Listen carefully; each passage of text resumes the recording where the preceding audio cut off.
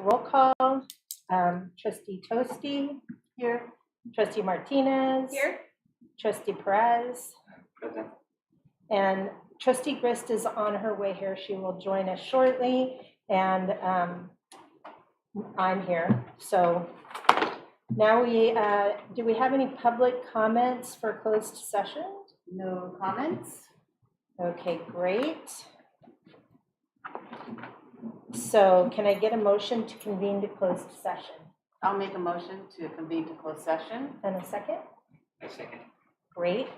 All in favor? Aye. So 4-0. And we will convene to closed session at 4:03.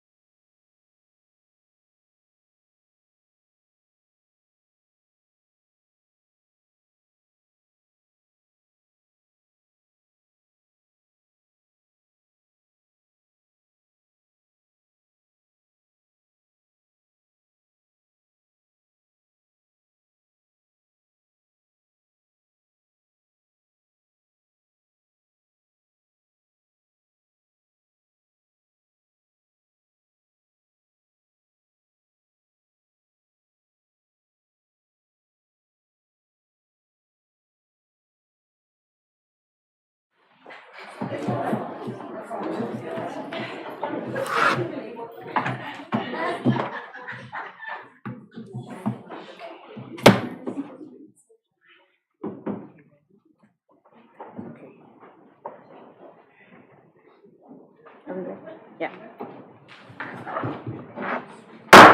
I'd like to welcome you back to the regular board meeting on 3/28. And we have one closed session announcement in the matter of expulsion number 1, 2022-23, with regard to student from Manteca Unified School District, student number 6100785994. The board has voted 5-0 for an expulsion to Pinnacles Community School for the duration of the remainder of the semester.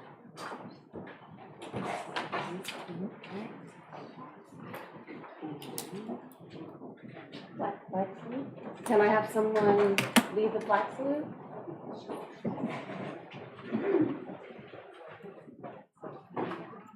Ready, salute. I pledge allegiance to the flag of the United States of America and to the republic for which it stands, one nation, under God, indivisible, with liberty and justice for all. So we now have the community and student staff recognition.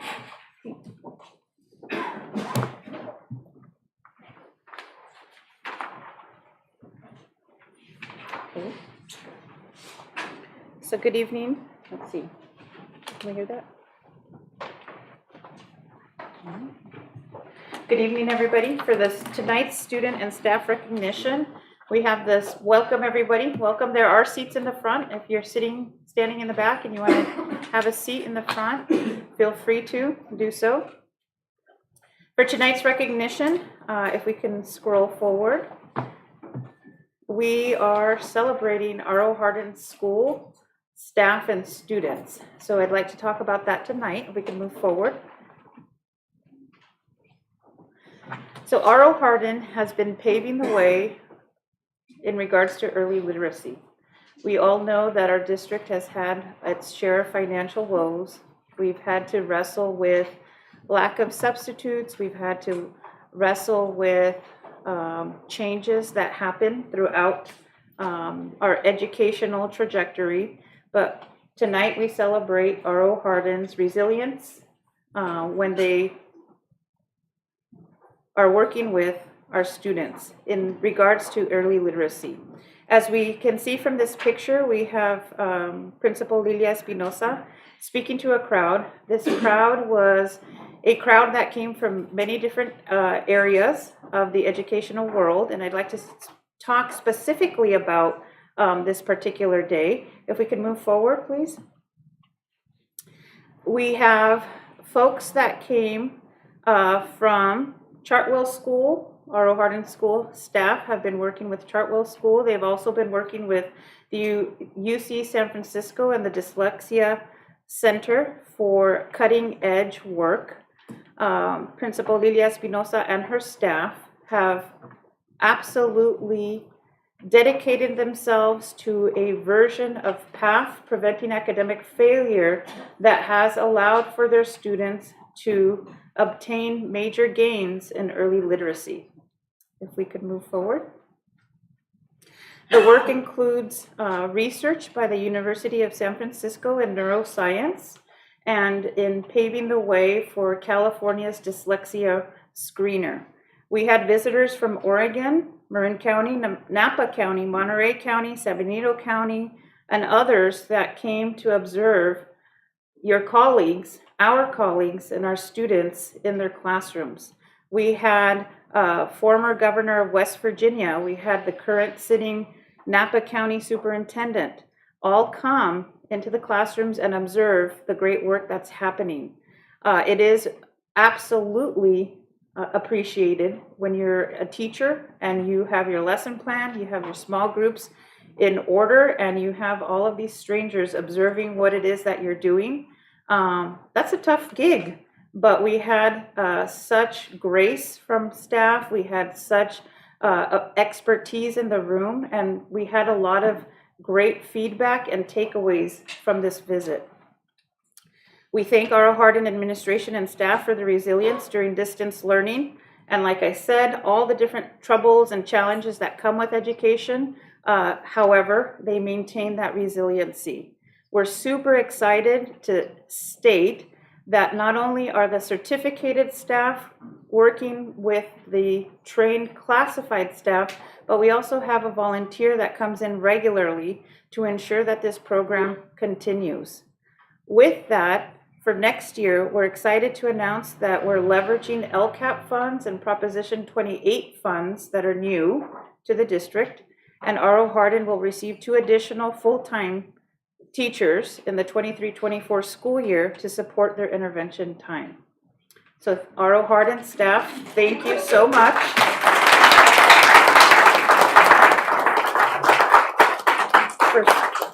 Thank you so much for sticking with the program, even when the odds were stacked against you. If we move forward, I want to scroll through some of our pictures. This is our very talented intervention teacher working with instructional assistants that she trains. We can keep moving forward. As you can see, we have certificated teachers, we have classified staff, all doing small group instruction. Keep moving forward, please. And students engaging in centers work, independent work, and we have visitors wanting to come from all parts of California to see the awesome things going on at Aro Hardin School. So thank you so much, Aro Hardin administration, staff, and students.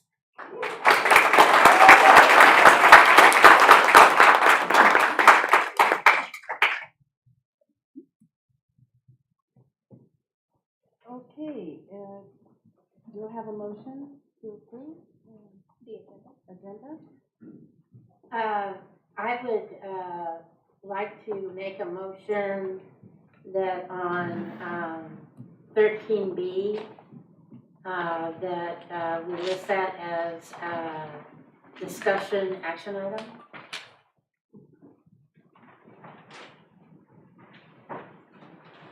It is under discussion action.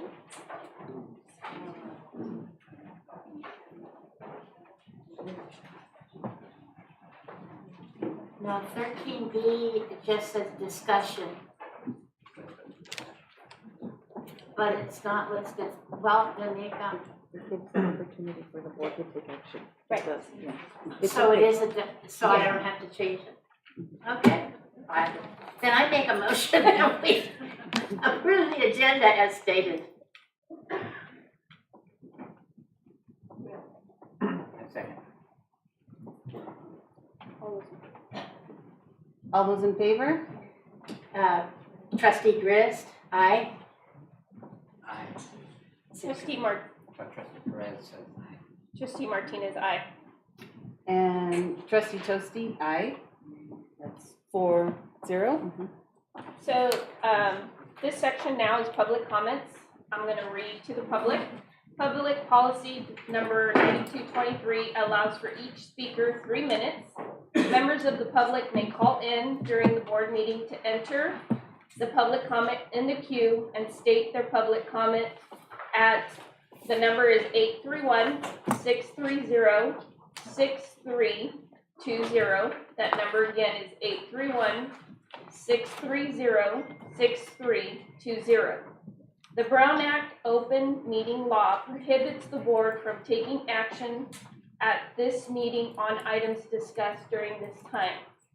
We currently have 11 people that would like to speak during this time. For us to allow everyone to speak, please adhere to the 3 minutes so that we don't prolong this time too much. We're actually allowed 15 minutes for public comments, but this is going to take us way beyond the 15 minutes. So generally we poll the board to allow everyone to speak, but I think the board would like to hear from everyone that has put in a public comment tonight. So just all we ask is that you adhere to the 3 minutes if you can. Okay, the first speaker is Melinda Keys.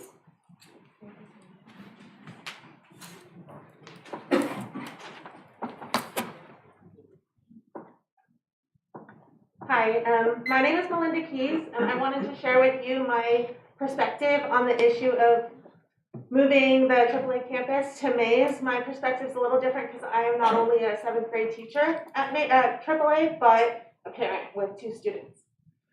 So moving the campus may logistically seem like the perfect answer to the financial dilemma of how to accommodate the increasing number of students at the Calvaris AAA campus. However, students in classrooms need to be looked at from a larger perspective than just solving logistical and financial problems. Let me tell you why location is a big part of the success at AAA. At our current location, we are able to keep a close eye on our students' social interactions, allowing them to interact fully with the Calvaris middle school students while helping guide them through the difficulties this age can bring socially. The Calvaris and AAA principal work together closely to teach and guide the students at both middle schools to make positive and kind choices. And this type of social guidance really helps to alleviate the students' social anxiety, which in turn enables our students to focus more diligently on the lessons we are teaching them. I fear that moving not only to the 6th and 7th and 8th graders, but also 5th graders and potentially 4th graders to a middle school campus will create a dangerous social situation. Now I just want to talk about from a parent's perspective. My 2 children, prior to attending AAA, have suffered immensely from bullying to the point that they needed to be put on independent study to keep them safe from their peers. I was deeply concerned with the emotional damage and suicidal thoughts that one of my children suffered in response to this bullying. Since attending AAA, they have both flourished. Their grades have improved, their love of learning has returned, they have stopped trying to pretend to be sick in order to get out of school. This is a safe environment in which children that don't always fit into the current social structure of their peers are accepted and even welcomed. To rip these kind-hearted kids from a learning environment that is accepting, nurturing, and preparing them for the future and throwing them in with the very same students that have rejected, bullied, and tormented them in the past is cruel. I know that my children will suffer attending school on the same campus with their past bullies, a school that is so large that there is no possibility that these inappropriate behaviors from other students will be seen, let alone be addressed promptly and appropriately. I urge you to look into the other options regarding the overcrowding of this current location. Thank you.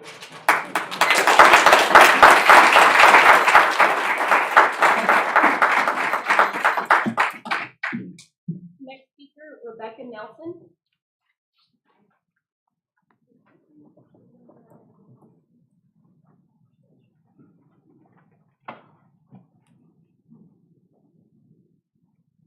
Good evening, Superintendent Sanchez and board members. My name is Rebecca Nelson, and I have the privilege of being both an employee of the district and a district parent.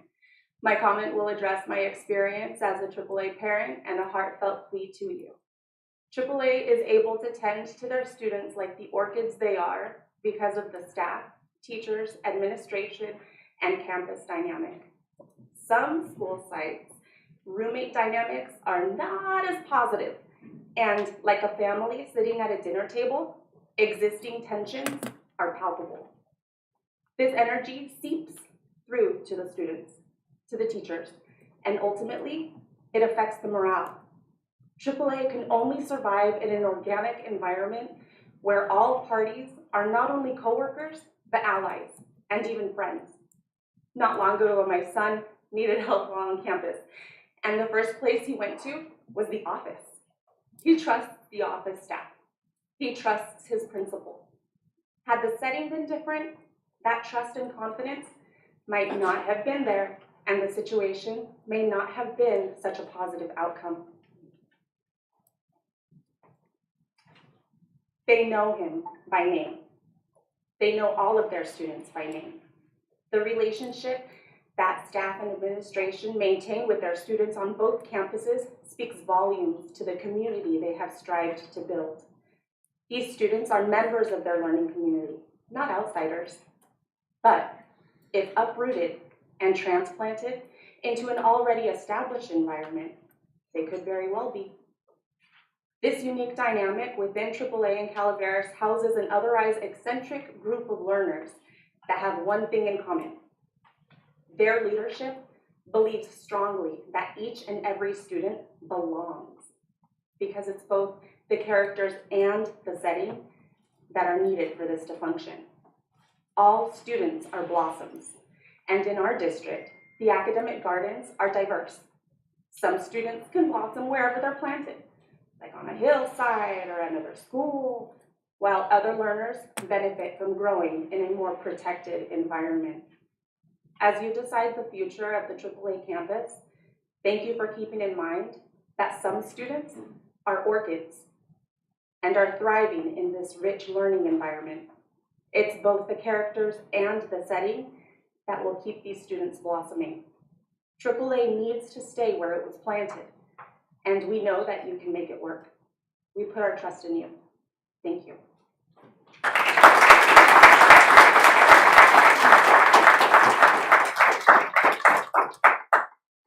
Casey Davis.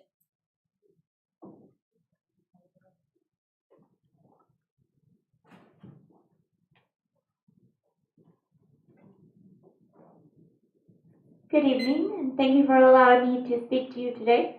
My name is Casey, and I've been a 7th grade teacher at AAA for the past 2 years. I would like to tell you why I'm against the move to AAA, from AAA to Mace. First and foremost, we choose this job because of our students, and they're the ones that come first. Throughout this whole talk about moving, I have had over half of my students come to me in tears, saying that they're scared. They are scared because they already don't feel safe. They would be facing unfamiliar territory, being on a traditional middle school campus, at a school they have already heard scary things about, and with students they do not know. At Calaveras and AAA, the students have grown up with each other and have the opportunity to be in the same class and interact with each other every day during recess and lunch. The interaction between these two campuses is enlightening to see. There is no bullying, and even if the students do have conflict or fight, they feel comfortable enough to talk to each other calmly and solve it quickly and efficiently without any physical involvement. My fear is that the interaction with May students will not be the same. It will be intensified, and the AAA students will not be able to handle it with as much ease as they do now on our campus. On another note, as a teacher, I feel we are not wanted. While I'm a very forgiving person and like to see the best in everyone, even if I don't know them, there have been things that have been said about AAA teachers that I feel are disrespectful and uncalled for. We all have the same job, no matter what subjects you teach, what grade level you teach, or what school you teach at. Contrary to what others think, we do not accept students who are already advanced in their academics. The students we accept want to be at this school. They want to improve themselves and have the potential to do so. We follow the same curriculum as Calaveras and some of the other schools, just at a faster pace, which in itself is already a challenge, especially planning for 5 different subjects throughout the day. AAA and Calaveras teachers have good collaboration and a good relationship with each other, even though we are 2 different schools on one campus. We share resources with each other, know each other's students, or will simply just go into each other's classrooms and provide support when needed. As I wrap up my opinion about the issue at hand, I want to leave you with one question. How can I protect my students when I feel I can't even protect myself?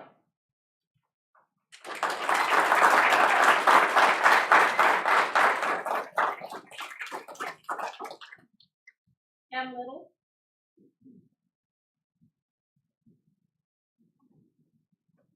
Good evening. Thank you for this opportunity to speak today. I am a retired principal from Cerro Vista, and I'm also a grandparent at AAA.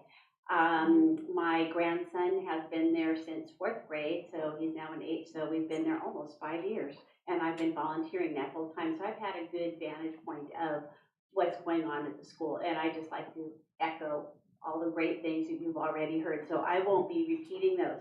I want to talk to you instead about 2 things that are important. Just because I have heard a couple of people have asked the question, and questions need to be asked if you don't know the answer. But should we disband AAA? And I would like to say a very loud and resounding no.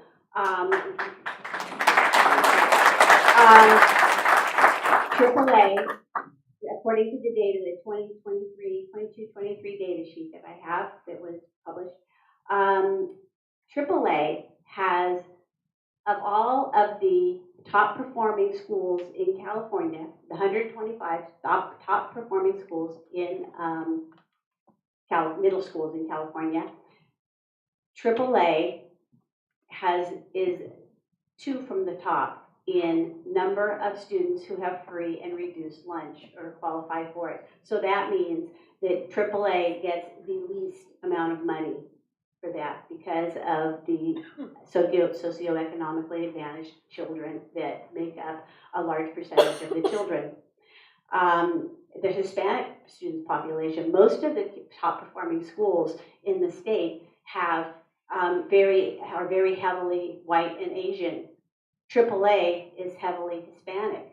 So we are really breaking the mold here, and we should be so proud of this awesome school. I know I am. The class size, it has more students than the average high-performing middle school has as well. So that's another way that AAA is more cost-effective than many of these other schools that aren't performing quite as well, some of them. The data evaluation pieces say AAA is overwhelmingly the most diverse high-performing school in California. It's also one of the highest performing schools of need in California, and it runs on the leanest budget, half the state average of any other high-performing schools in California. So AAA has the most unique economic success of any high-performing California school. AAA defies stereotypes, does more with less, embraces diversity, and delivers high student performance more than any other top middle school. Just really quickly, I did a quick data dive on the internet, and it only costs $200,000 to $250,000 per new portable. 5 times that, which is what they need, is $1 million. When I checked the closing budgets at the end of last year, we had $30 million in the building fund. Please vote to spend one of those little millions on moving proposals.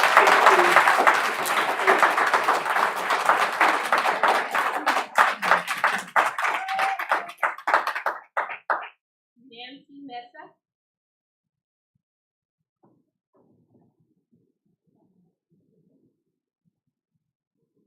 Good evening, members of the board and Superintendent Sanchez.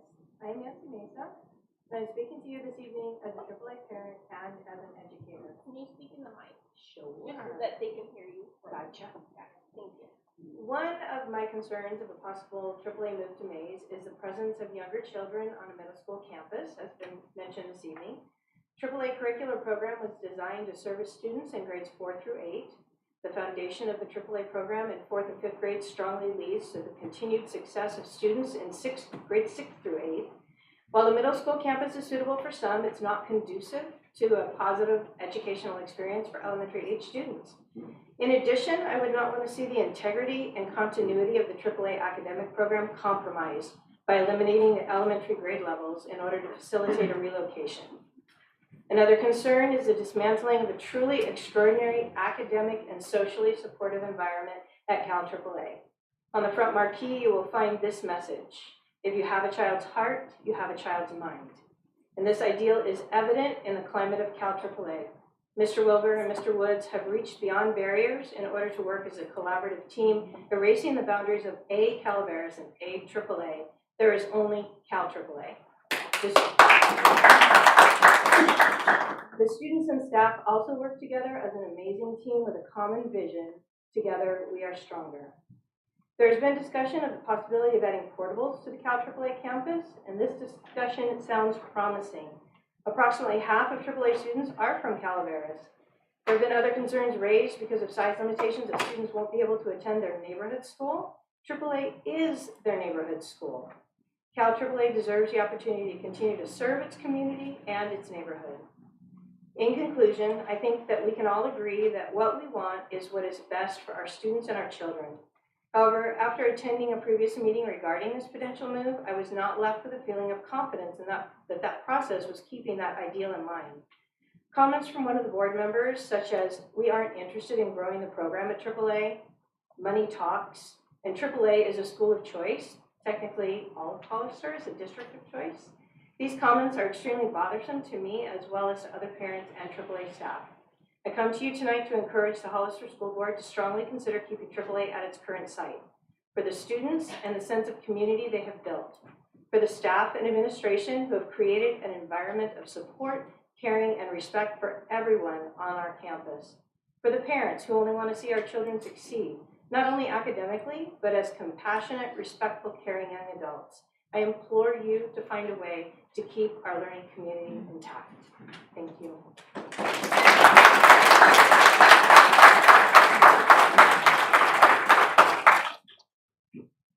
Next person is David. I don't have a last name on the card. Can I get your last name, please? Ponce, P-O-N-C-E. Ponce? Yes.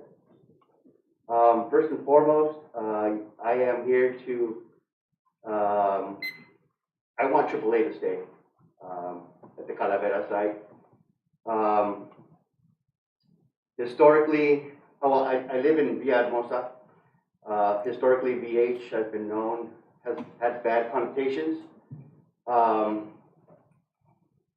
The kids that go there from the neighborhood, whether it's Calaveras or AAA, it's a great system that they have there. You know, if you're doing okay in school, Calaveras is there to help you. If you're exceeding, there's AAA. There's something to shoot for the Latino kids that live there in that neighborhood. We speak about equity every day, but I just feel like you'll be taking that equity away from them if you move to school. This will give us a chance to give these kids from VH the chance to excel and move ahead and you know, get them out of this marginalized group that they're in. And that's it. I just wanted to stay. Thank you. Thank you.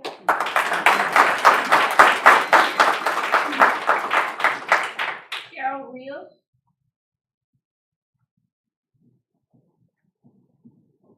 Are you ready, Cheryl? You want to? No. Okay, I just have to find it here. Okay. Good evening, Board and Superintendent Sanchez. I want to start out by thanking the board members who initiated and attended community meetings regarding the possible move of AAA to Mays. I know you heard quite a few comments that presented a variety of views. Please take them into careful consideration. I also want to thank Board Trustee Jose Perez for sitting down with Mays staff today over lunch. Again, you heard comments about a variety of topics, but I hope you also heard how appreciative the staff was that you were at our site and engaged in conversation with us. Several staff members commented that you were the first to visit our site in such a manner and wish that the other trustees would do the same.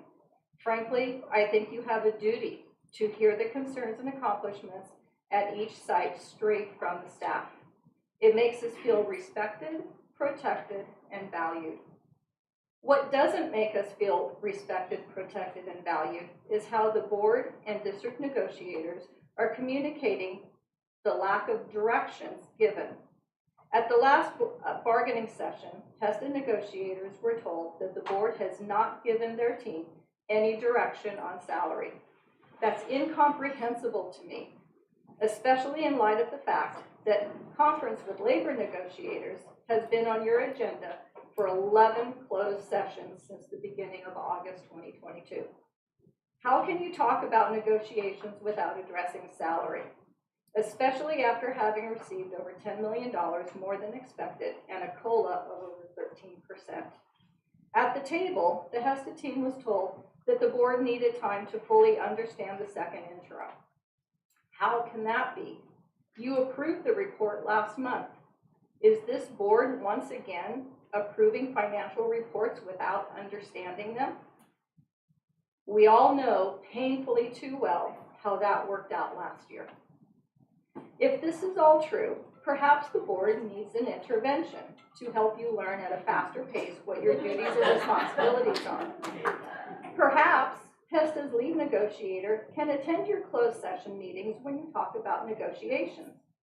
Perhaps you're not getting the full picture. Of course, you can't make a decision or recommendation with only one way of hearing the information. Teachers are experts at providing information in multiple ways. Let us give it a try. Over the years, HESTA has helped the district weather many financial storms. We've swallowed the tough pill. Now it's time for HSD to support the teachers during this time of personal financial inflationary times for us personally. We need you to make us feel respected, protected, and valued.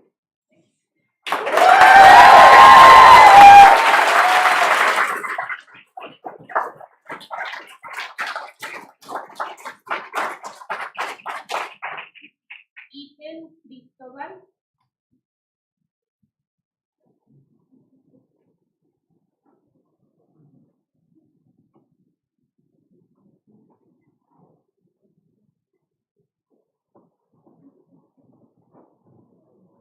My name is Ethan Cristobal, and I am a proud third grade teacher at R.O. Hardin. I'm very glad to hear that you recognize our resiliency at R.O. Hardin. I've talked to this board before about how third grade has been gutted. This year, we have almost 30 students each in our two classes, and it is the hardest group I've taught in my entire career, and my wife agrees. We're the third grade team at R.O. Hardin. I told you about how we had so much support when we first came here 6 years ago, and every year, more and more has been taken away. Last year, we used the PAC program that you came and saw, that you're so proud of and touted. We don't have any of that this year. It's just me and my wife. We have no extra help. It's just us. I told you this before. We come home every day and we work all night trying to make our house work, trying to make our students, giving them the best opportunity we can. We try to bring extra to the classroom. We know they need to be excited about learning, and we bring extra. We spend a good percentage of our paycheck back into the classroom. So to hear that negotiations are kind of stalling out, and we know you've been given money to give us the cost of living, and we're suffering every day wondering how we're gonna pay for things. When am I gonna have time with all the time I'm putting into my classroom and all the extra help I used to have is gone? The resiliency can only last so long. Sooner or later you break and you decide, do I want to stay here, or is it time for me to go find some place where I might be able to get more money, I might be able to get more help, and I can help the students that I love serving. I've served the students at R.O. Hardin. The school I served before in Pajaro Valley was very similar to the school I serve now. These are the students I love being with. I love watching them grow. I love watching them beat the odds. But we need your help. Because if it's just me and my wife doing it like this longer, it's not going to happen. We were already watching students slip by that if we had more help, we could get to. But we can't. There's only so much we can do and keep our house going and keep our daughter learning and all the other things we have to deal with. So please, take it seriously. Turn this around. Get it back to where we were. It matters, and it helps keep us here, and it gives us a reason to fight. If you want that resiliency to stay, you have to respect us. You have to give us those resources. Thank you.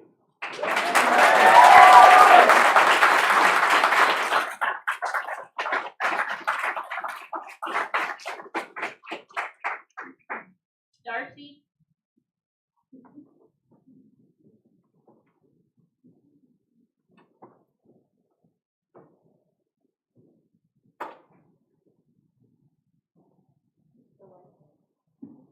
Good evening. I'm the wife he just spoke of. The together third grade teacher at R.O. Hardin and very proud to be working there. I once had a mentor tell me, it's not personal, it's business. But my thought was, it's personal to me. School funding is personal. R.O. Hardin has been praised recently tonight for our reading intervention program, but what isn't being said is funding got cut this year, which left our 3rd, 4th, and 5th graders out to dry. They have been hit hard by the pandemic, but we are leaving them to fend for themselves. And while we're super excited to have more support next year, unfortunately, they've lost a year. It's personal to our 3rd, 4th, and 5th graders. Jose, Bianca, Melanie, Camila, Diego, Jason, Anthony, Sitlali, Adelina, Angelo, Elisa, Jason, Cain, Nathan, Luis. They're all 3rd graders who can't read. I assure you, it's personal to them, to their families, to me. School funding is personal, it's not business. Teacher pay is personal. I'm a 20-year veteran teacher, and my husband is a 17-year veteran teacher. This has been my hardest year to date. My anxiety is high, and my mental health is low. It's impossible to feel appreciated or supported. It's personal to me. We both work after school just to make ends meet. We have advanced degrees. We live paycheck to paycheck. We don't go on extravagant vacations. We have a 10-year-old car, and we live paycheck to paycheck. We didn't, but now that food, mortgage, clothes have all gone up, and our pay has stayed the same, we're living like college students. We have aging parents that need our help, but we're living paycheck to paycheck. This is so personal to me. Fund our schools. Put Jose and Ashley and Elisa first. Put Mr. and Mrs. Cristobal first. Pay our teachers what we deserve. This is not business. This is personal. Thank you.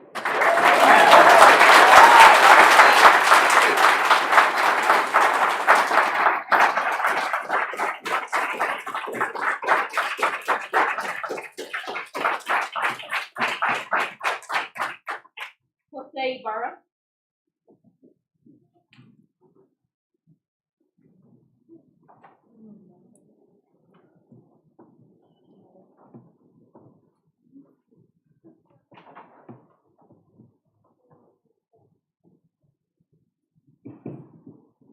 Thank you for the time. And I was happy to see Senora Perez at the school today.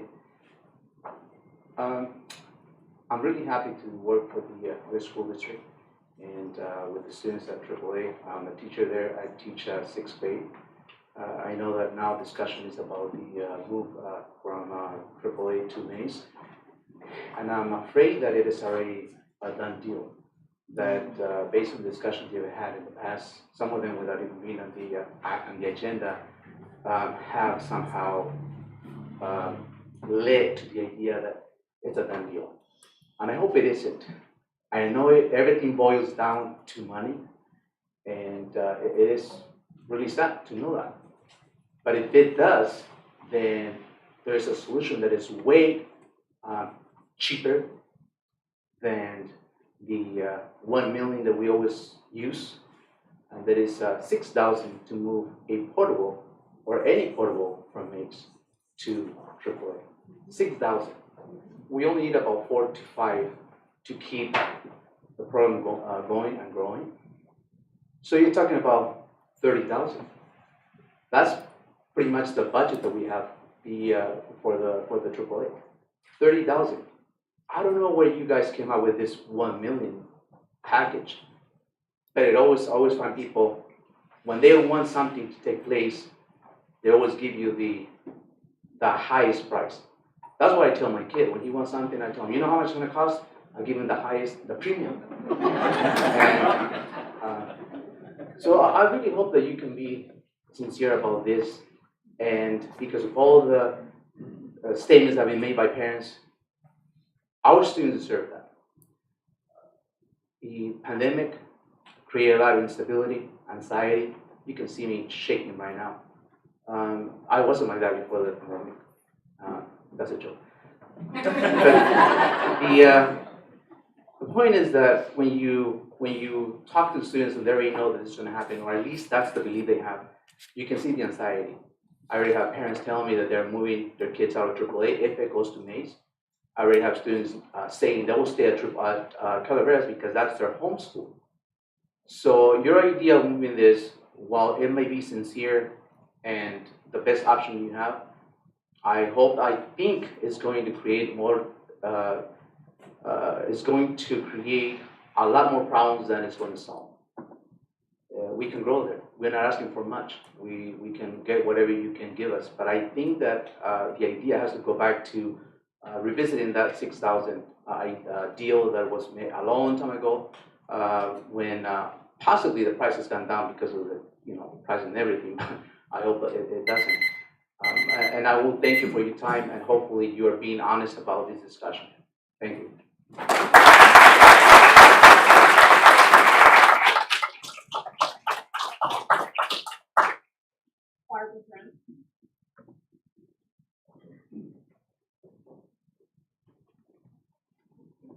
Good evening, trustees, Superintendent Sanchez, and all in the attendance.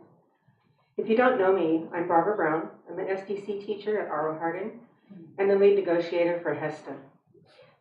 However, I have extensive experience on both sides of the bargaining table, as a teacher and as an administrator. As a teacher in Vallejo Unified School District, I was on the Vallejo Teachers Association Executive Board when we went on strike in 1992.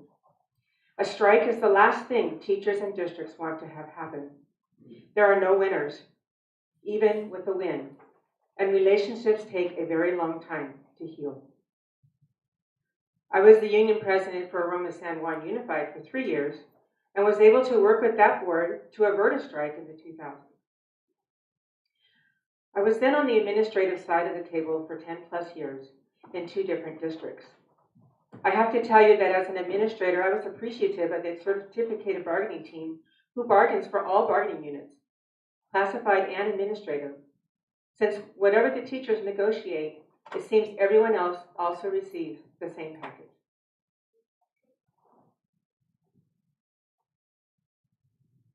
I'm shortening my speech. So when I attended the March 14th second interim budget meeting that was held here, I watched it online. A couple of new and irritating facts. Every revenue source increased between the first and second interim. The district received $10.3 million more this year than last. The district actually spent less last year than they reported, so the adjusted beginning balance left over from last year increased by $630,000. Bargaining unit salaries are less in second interim over first interim, and most important, $2.2 million less than last year, but ADA is up. Total salary and benefit costs are down from first interim to second, but also down $3.4 million from last year, but ADA is up. Books and supplies continue to be higher than last year and higher slightly than first interim, $2.3 million over last year. Why? We have no new adoptions. Here's the biggie. Services and other account is up $11.1 million over last year and $1.2 million over first interim. What's that about? You have a new interfund transfer out. Last year it was $89,000.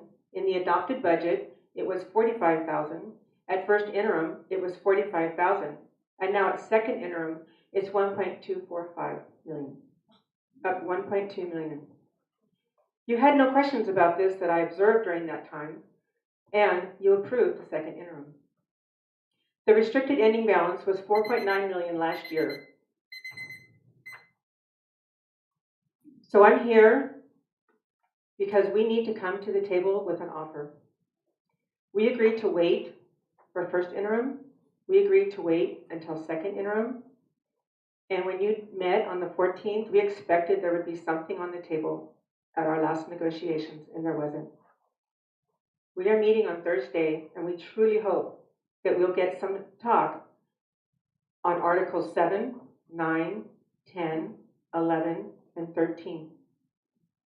We asked for a 3-year salary package. You could have come back with just 1 year as a counter for this year. I hope that we have something on Thursday. Thank you.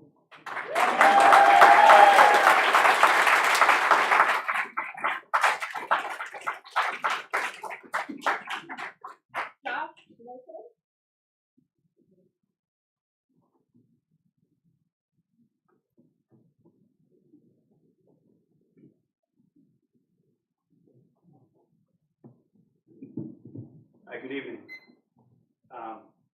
At our last Academy Parents Club meeting, our unbelievable and irreplaceable president, Myra Madrid, had made an announcement, and it was regarding our girls' soccer team, talking about how our girls' soccer team wasn't just beating the competition, but utterly destroying the competition. And Scott Wilbur had interjected that, well, yeah, it's made up of Calaveras and AAA. And it makes perfect sense. They have a symbiosis already. They have a synergy. They have this beautiful bond where together they're so much more powerful than they are apart. And they didn't need to be coached on this because they live this every single day at school.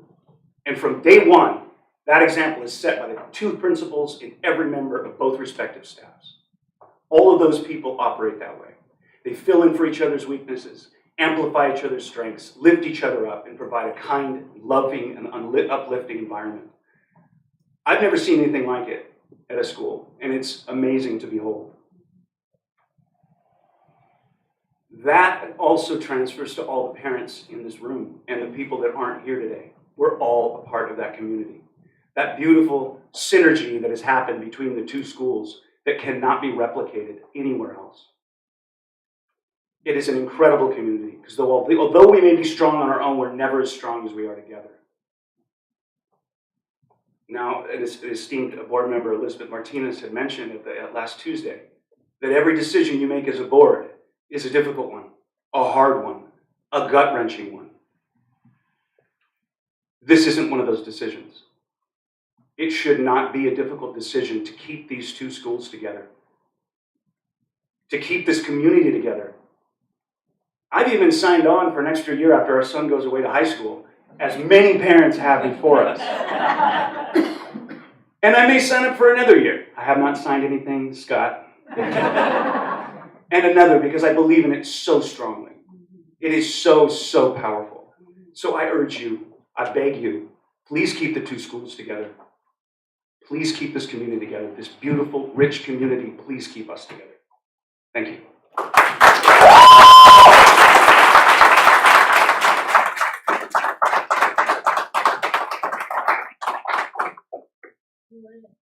Matthew, for your last name. Wapa. Wapa. Okay. Samir Wapa. Thank you. Appreciate that. Well, good evening, everyone. Thank you, everyone. I can see everyone is just here for the future of their children, their kid. And that made me really happy that I'm among this population here and we are gathered to think about what is best for our future. First of all, a little bit about me. I have been involved in education for the past 13 years. I started my first job here in the U.S. teaching enlisted officers about culture. And then I worked in different capacity. Before I resigned from the Department of Defense, my job was to work as a diagnostic assessment specialist. Assessment specialist, playing with numbers is my hobby. I love that. Part of my program for doing my master in education, I published some research papers. It's in Google too.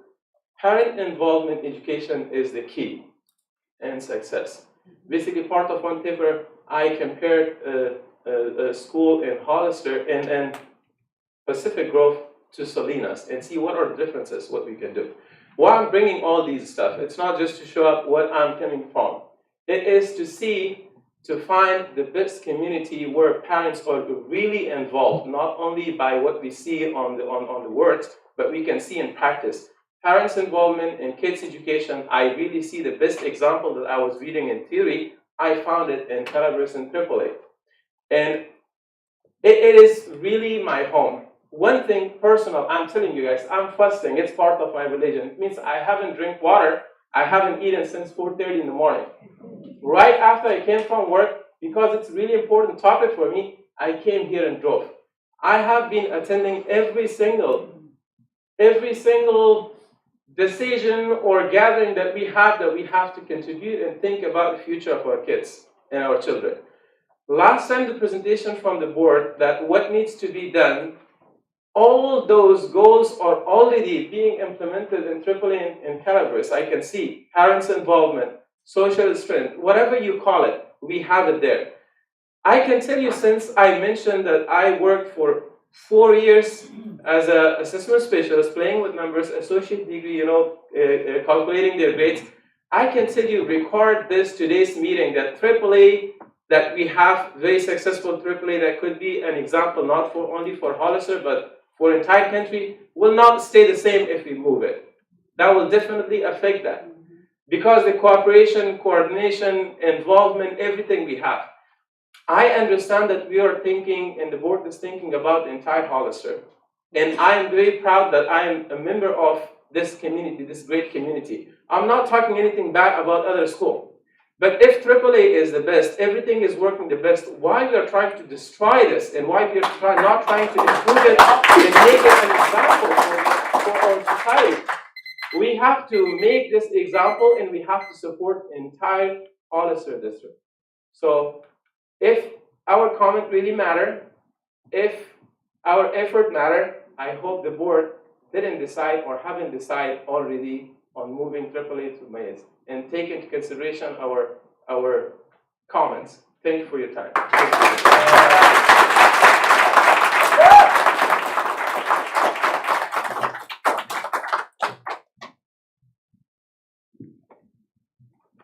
I'd like to thank everyone for coming up and speaking. I know that it's difficult to come up to the mic and speak. It's what we like to do. We like to hear from you. And it's difficult to be a speaker. It's difficult to be a board member. I just want to thank everyone who had the courage to stand up to the mic. Thank you.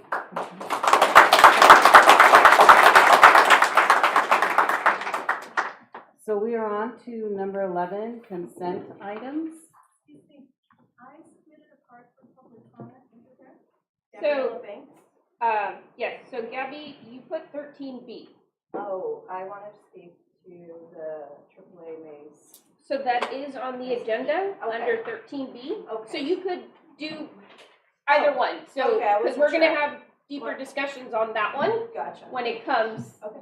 Want to make sure. Okay. Yes, I got you, Gabby. Awesome.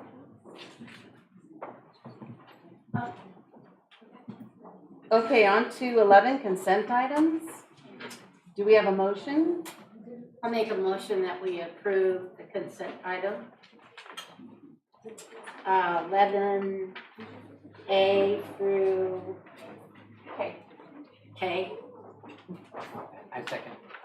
Excuse the interruption. I think there might have been maybe an error on my part. There are 2 comment cards submitted, and one person would be speaking for another.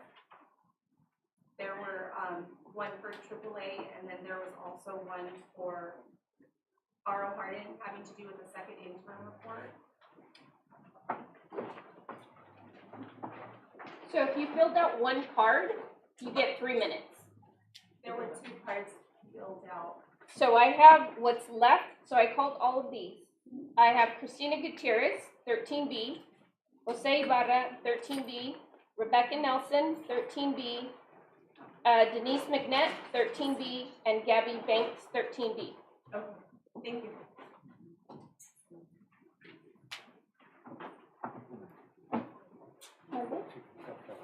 Oh yeah. If the item's already passed, then yes, we wouldn't be able to.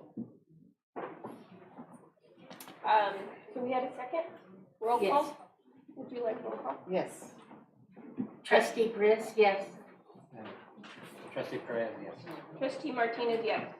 Trustee Tosti, yes. 4-0. Okay. Okay, we're on to number 12, the approval of board meeting minutes for February 2023. I make a motion that we accept February minutes 2023. I second. Do we have roll call? Trustee Chris? Yes. Trustee Perez, yes. Trustee Martinez, yes. Trustee Tosti, yes. 4-0. We are now on to 13, discussion action items. 13A, discussion and approval of Hollister Prep School HPS facilities. Okay, good evening, board, members of the community. Item 13A, and I believe our CEO, Mr. Kevin Sved of Navigator Schools for Hollister Prep is also present. And if you'd like to come forward, he'll help us out with item 13A. This is an annual request that comes before the board as he prepares himself. I'll give a little bit of background.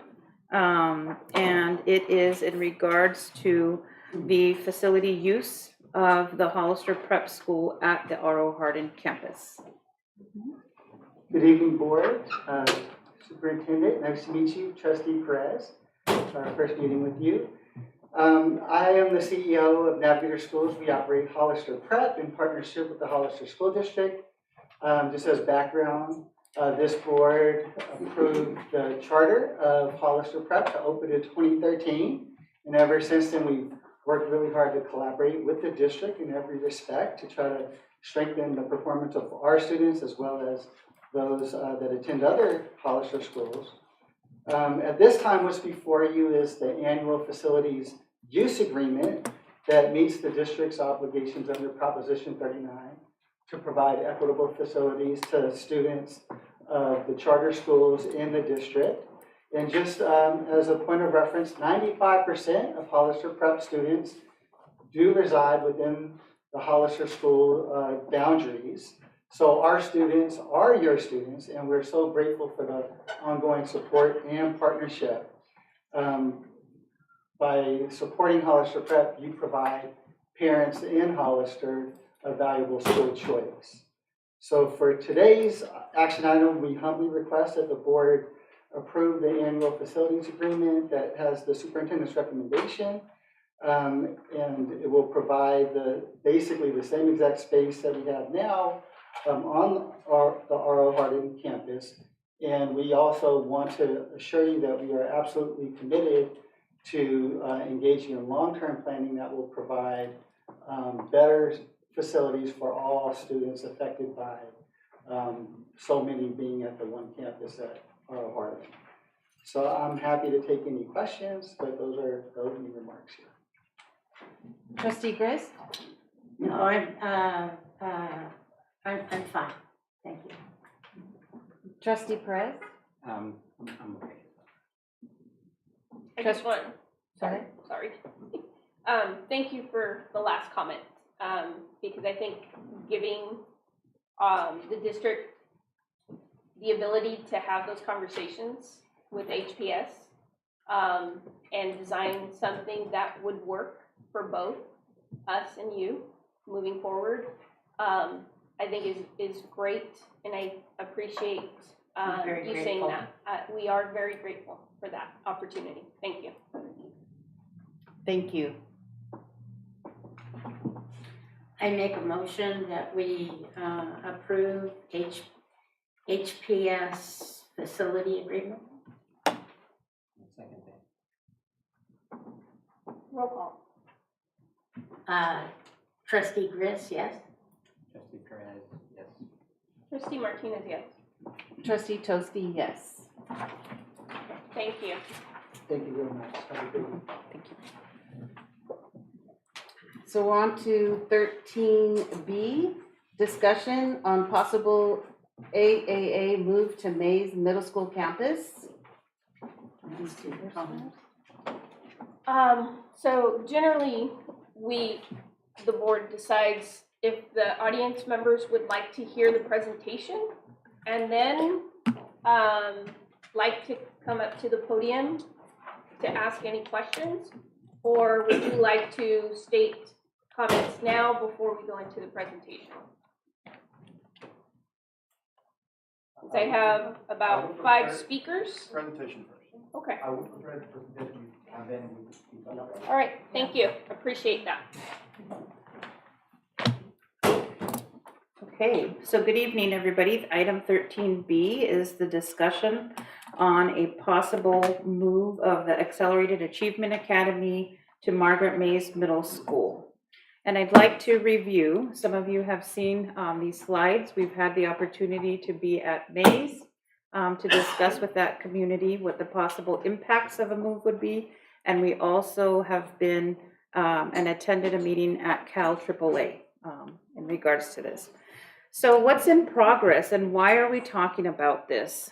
So we have received direction, I have received direction from the board to look into the feasibility of a possible move of AAA to the Mays Middle School campus.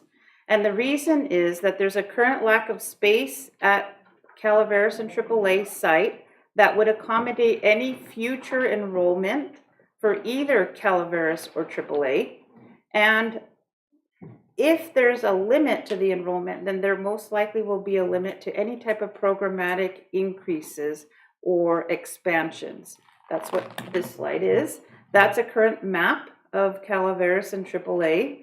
The dark blue, I believe, is where AAA was originally placed. Now I believe every other classroom is a AAA classroom within that area, and they share their space with Calaveras, as we've heard. So what's in progress, this is a review again, is that there are possible options, as we've heard tonight, and we've heard more options or more feedback as we've gone to engage with the community in the listening sessions. So a consideration of relocating AAA to another school site. Why have we been focused in on Mays? So this bullet point here explains that. Mays Middle School has space and a lower student enrollment, allowing for either growth of Mays and or AAA. When we look at the program and the success of the program, AAA is a successful program. Margaret Mays Middle School is a successful school, a comprehensive middle school that offers a lot of different options for their students. So we're looking to potentially grow, potentially. We also want to consider or have considered or are going to further consider adding portables to the current existing layout of Calaveras and AAA. With that, we have to look at time. We have to look at the financial consideration of, are we looking at portables, which are temporary buildings, or are we looking at modular buildings that are more permanent? Are we looking at, next year or the year after? What are we looking at? Those are all topics for discussion tonight. With the possible move of AAA, there's an idea that was brought up that the Calaveras library can then move into 2 adjoining classrooms with an accordion door, and the site could then use the current library for a multi-use space, because as we know, Calaveras and AAA do not have a multi-use room, similar to the setup at Cerro Vista School, which is another TK8 site. We also have, we can look at, as was brought up at some point, should Calaveras become a TK5 site? If we do, we have to, keep in mind that the 6th, 7th, and 8th grade students and families at Calaveras would be impacted. We have growing developments on Buena Vista Road and within the Calaveras AAA neighborhood. So these are all different factors that we would like to keep in mind as we discuss this tonight. Here is a map of Margaret Mays Middle School.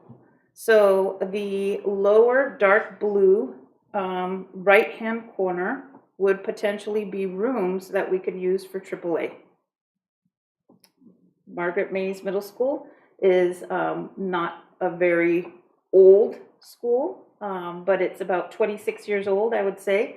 And some of the rooms are suitable to accept a program such as AAA, a school such as AAA. So what have we done? We have, at this time in February, a month ago, we were looking at having these meetings. I can report to the board that those meetings have been had, and we had 2 board members present at each of the board at the meetings, at the input sessions. We had 2 separate board members present so that there could be a sharing of information when the board gathered together, as far as what kind of feedback the board heard on those particular sessions. We would have to consider the time factor. We are now in late March, and the school year will end in early June. So if any decision is made, we would need to notify our families, our staff, our students as soon as possible to allow for enough time for them to prepare for any possible change, or notify them that there will be no change. Either way, communication must happen. We also have to identify the classrooms and assess any facilities needs. There might be some deep cleaning that might have to be done at AAA, or at Mays, to accommodate for a move. We might have to look at specific areas of entrance to the campus or exit that would allow for a greater accessibility for more students on the Mays campus. We would also have to plan. These are all part of the plans. We would have to look at compensating staff. A classroom does not pack itself up by itself. We would have to really work with staff to ensure that their instruction, their access to their curriculum and so on is not limited, but that any possible move and packing up of materials happens in a time that is doable, and that will take probably compensation. We have to look at the bell schedules. Margaret Mays Middle School already has their set bell schedules. So if we're looking at adding the population of AAA to Mays, could that potentially be a change in a bell schedule for the existing school site? We would need to look at their program needs. Are there PE needs for AAA? Are their needs in regards to a science room or access to the band room, and so on. We also have to look at logistics, like where would a AAA office be? We also have to look at site leadership configuration. So all of these things are things that we've mentioned or that were present in the PowerPoint as we went to the listening sessions at the 2 different school communities. These are the 2 dates that we had listening sessions. So by March 15th, we had our final meeting at Mays, and the week prior to that, we had a meeting at Calaveras AAA. We've also the board has received direct communication from specific staff or families in regards to what their ideas or their opinions are. So I know that the board, I wanted to acknowledge that publicly, has read very thoroughly and all the different emails or the letters, the physical letters that you've received to weigh out what the options are for the potential future. We ask the board tonight for direction. One topic that is not in the presentation that I do want to bring forward to the board is the idea of potential movement of portables to Calaveras and AAA from Mays. If I can get the slides up and I can speak to them. So this is a rendition of what would need to take place at Mays. As you can see, where the red arrow is, there are 3 to 4 classrooms identified on the far end of I believe it's the F wing, by the track. We would look at those portables because they are in best shape and they are close to the path that has been identified, which is the yellow dotted line, to remove them from the campus. The reason why those are also selected is that they are not in the direct path of travel where potentially another maybe building can be damaged, or they're basically out of the way to allow for the work to be done.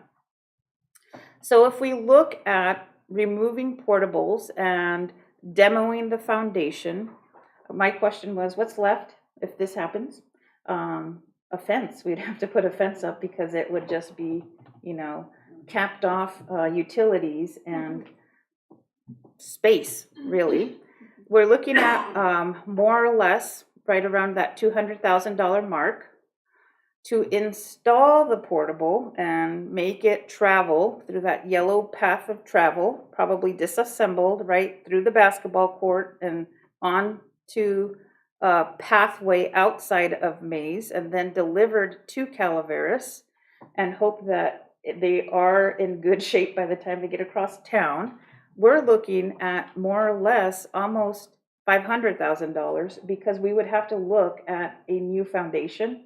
We'd have to look at the utility connections at Calaveras and AAA. We'd have to look if the current utilities can sustain an extra load, for example, to the electrical pole.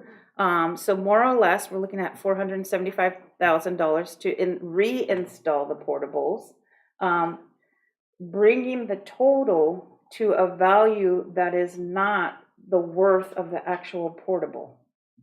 As we've talked at the community meetings, the portables are meant to be temporary. In our district, we've used them as permanent structures. If and when, we look at potentially placing a building at a school site, the recommendation would be that it would be more permanent so that we're not in the future, or a future group is not looking at an investment such as this for a older portable. This is a estimate. It is not an actual locked in price. So we'd have to also consider that access is limited and various items would need to be removed to allow for portable removal, which, as we can know, if we're at Mays and we're following that yellow path, that could mean an impact to their PE program. It could mean an impact to their basketball courts, the fencing along the locker rooms, and so on. It would impact potentially their instructional day to remove the portables off of the campus.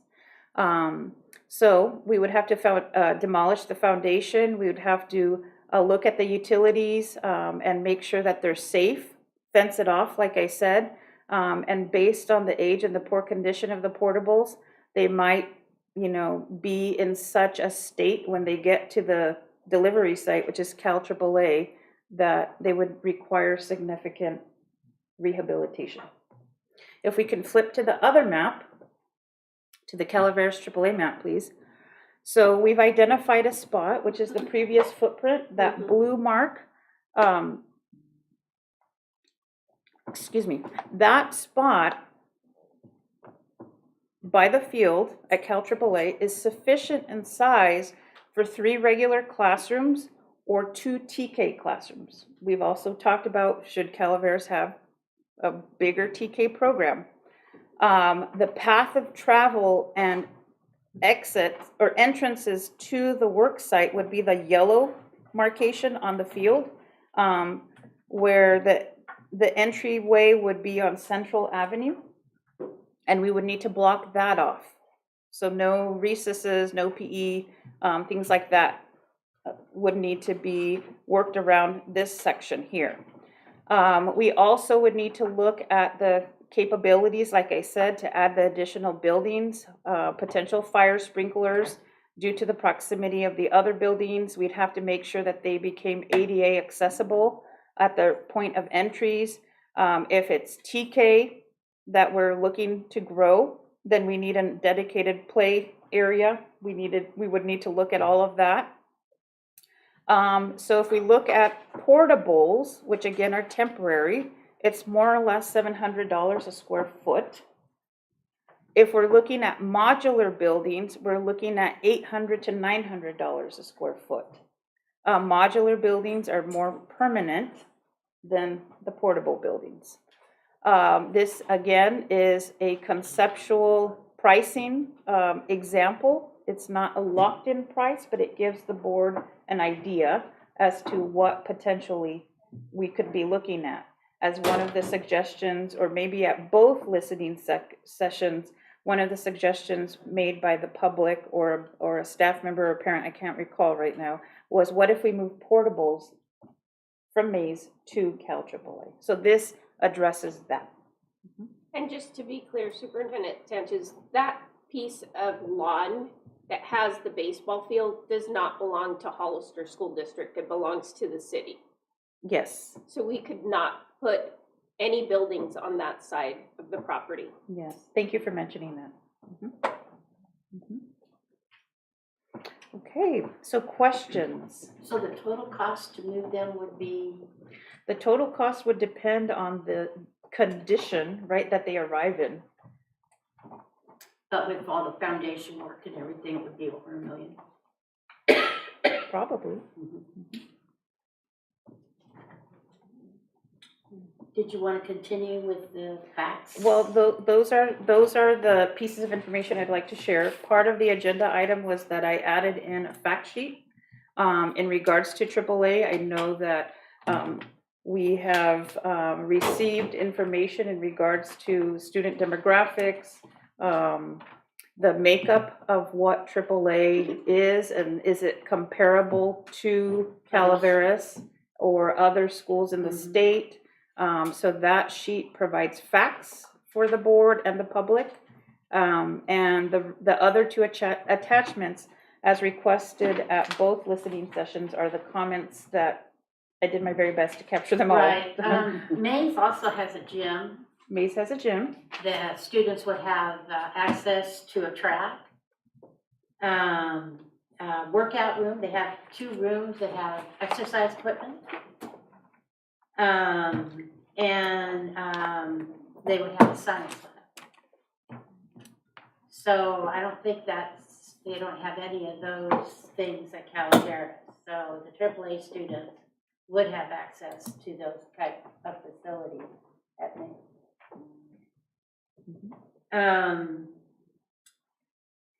And I don't know if the audience knows this, but I helped open Mays. And I worked there until 2018. The assumption that the boogeyman lives in Mays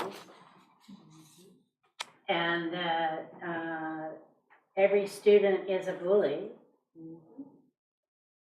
I find very offensive. The children there are children, just like your children.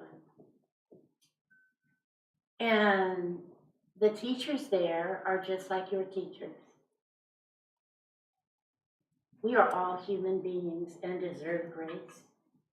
Nobody should be judged. We are not the judges of anybody. And I think to presume something when you have not been there, and to assume the worst of people, it's not fair.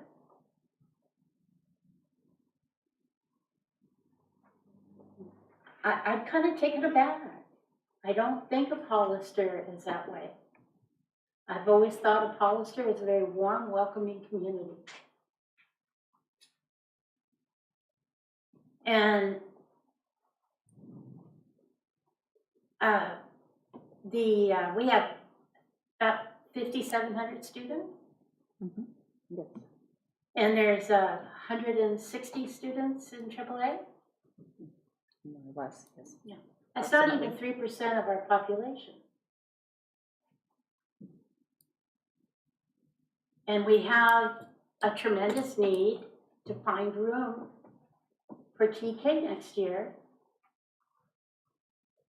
at Calaveras. That's a fact.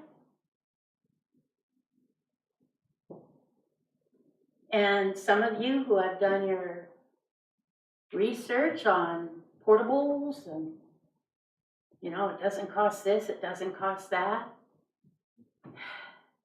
You go to anybody in the construction field, don't go to the internet, talk to the people. And in public school construction, because remember, everything has to be for public schools, so that puts everything up several notches up. It's between 11 and 1,500 per square foot. So I wish it was so cheap, the numbers that you have, but they're not realistic. And sir, that you're videotaping, it's on YouTube. You don't have to videotape it, it's on YouTube. I can videotape because. Sure, I'm not saying, I'm just telling you it's on YouTube. Yeah. So I've said what I needed to say. Okay, do we have an opportunity to speak now? No, the board is speaking. So right now, just so we're clear for the audience, we have a discussion. If you'd like to make a comment, you would need to fill out a public speaker card, because we don't allow for folks to just throw out questions. If you want to say something to address the board about this topic, you would need to fill out a public speaker card. And make sure you put 13B, if that's the word. Yes, because we are on 13B. Thank you. Yeah, I mean, yes, this is yes, sometimes there are easy decisions and then there are some difficult decisions. I'm still open to the possibilities out there. I myself feel we need more. I know time is of the essence, but I still don't have enough information to be able to make a decision on this. I did go to both Calaveras and AAA today, and I saw the community out there, and I saw I see how you guys interact with each other. But at the same time, I did go to Mays, and the teachers there work just as hard as the teachers at Calaveras and AAA, and if it were to happen, that I don't think it would be the failure that you guys are proclaiming it would be, because essentially it's the program itself that's moving, right? If the program's successful, it would be successful no matter what, and life has changed. But at the same time, from what I saw today, if we could financially, come up with, some numbers that would allow us to add more portables there. I'm not opposed to that, but I'm still just, at the same time, I'm the newest kid on the block, right? I've just been here since January, and my fellow colleagues have been here longer than I am. So that's why I am taking the time to go to the schools and listen to everybody, because we all have opinions, and somewhere in the middle we got to figure it out, right? But I appreciate everybody's comments and participation and openness to express where you're at.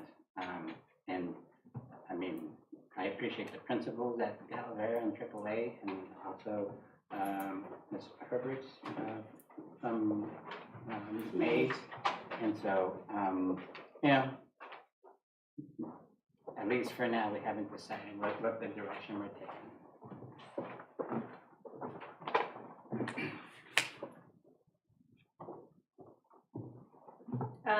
I think everything that Trustee Griss, as far as needs, stated the facts. Those are the facts about the needs in that site. But the board has not taken a decision on this item, and the district is seeking direction moving forward.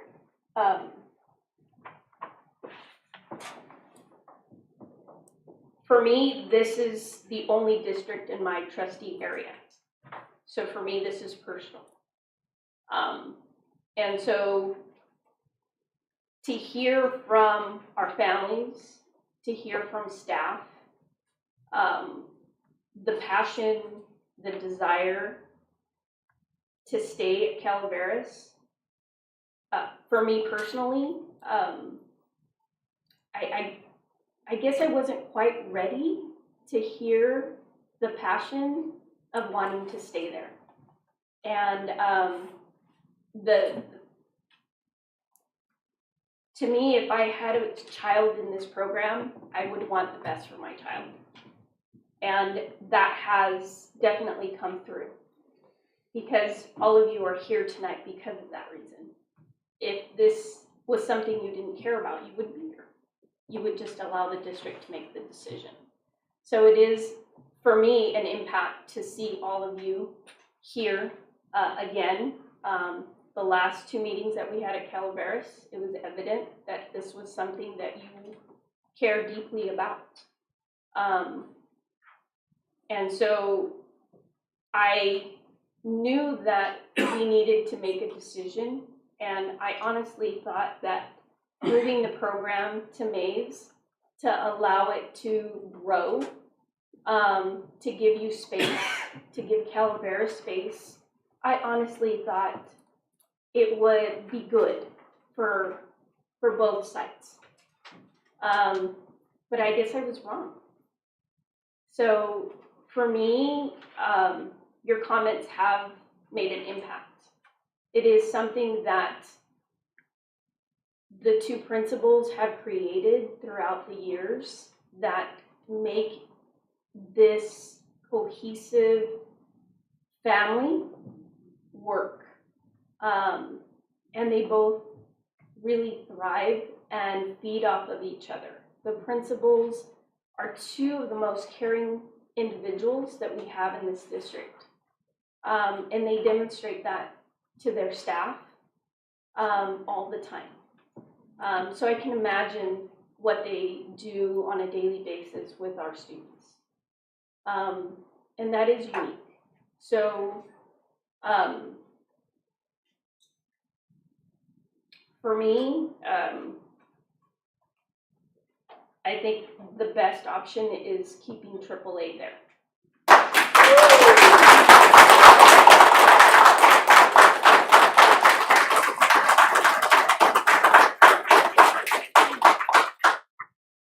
But we also have to have some concessions in doing so, because we will have need that we really have to think about what those concessions will be moving forward.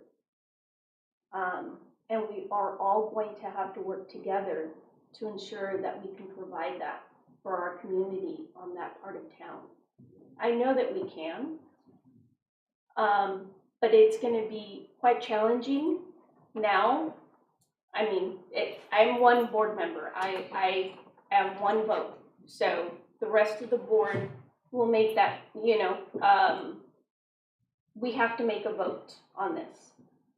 So it will be up for a vote at some point. But this is where I stand at this time.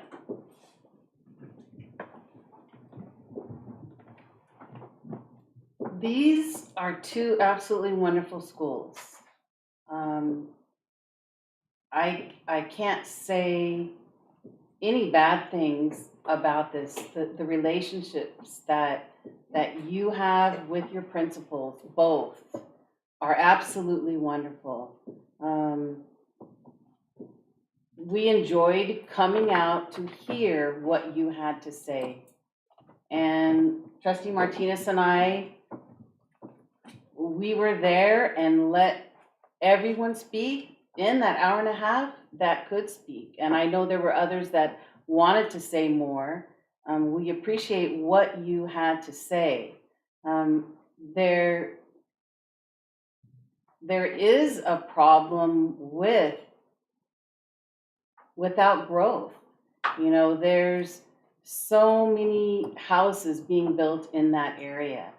And like Trustee Martinez said, there has to be some type of concessions. We cannot continue, as it is. So I feel maybe we need a little bit more discussion on this subject. I do think there needs to be some type of change. We can't go forward as it is right now. There's not enough room. We do not have enough room. There's no growth for AAA, no growth for Calaveras. And we do need, additional TK. So we heard your passion, but we don't have any type of results that can come forth. I'm not sure what, Dan, do you have anything else to add? To me, I think that we have to be fair to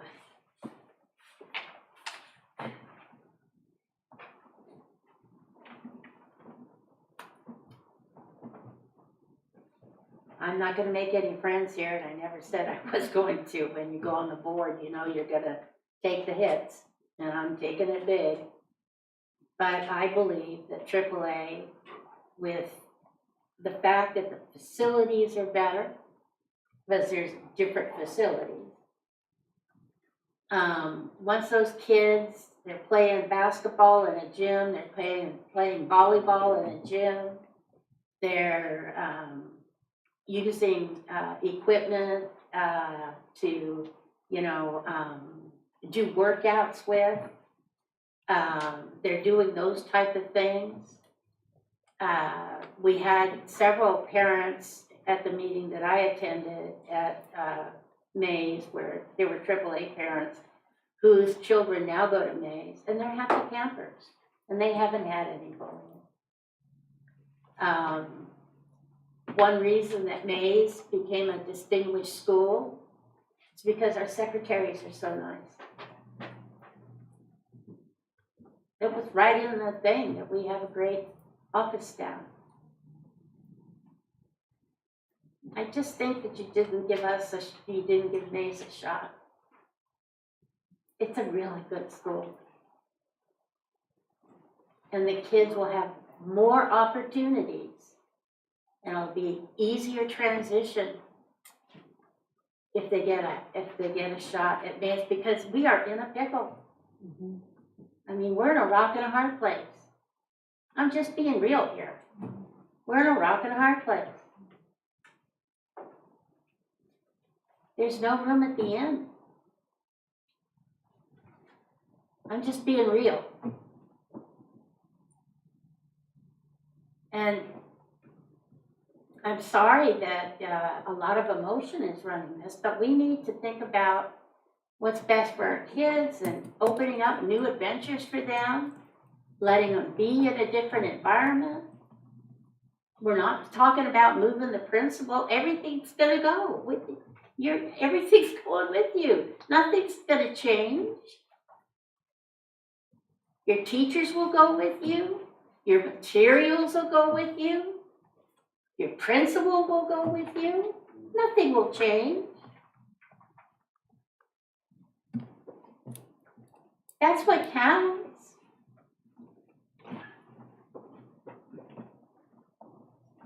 You'll just have better facilities. You'll have a track. You'll have a gym. You'll have workout rooms. You'll have a place to eat your lunch, and you don't have to worry about the rain or excessive heat. That's what your kids are going to get. I don't see why that's so bad. Would you like to move on to public comment? Yes, let's do that. Okay. First speaker, Samir Waka.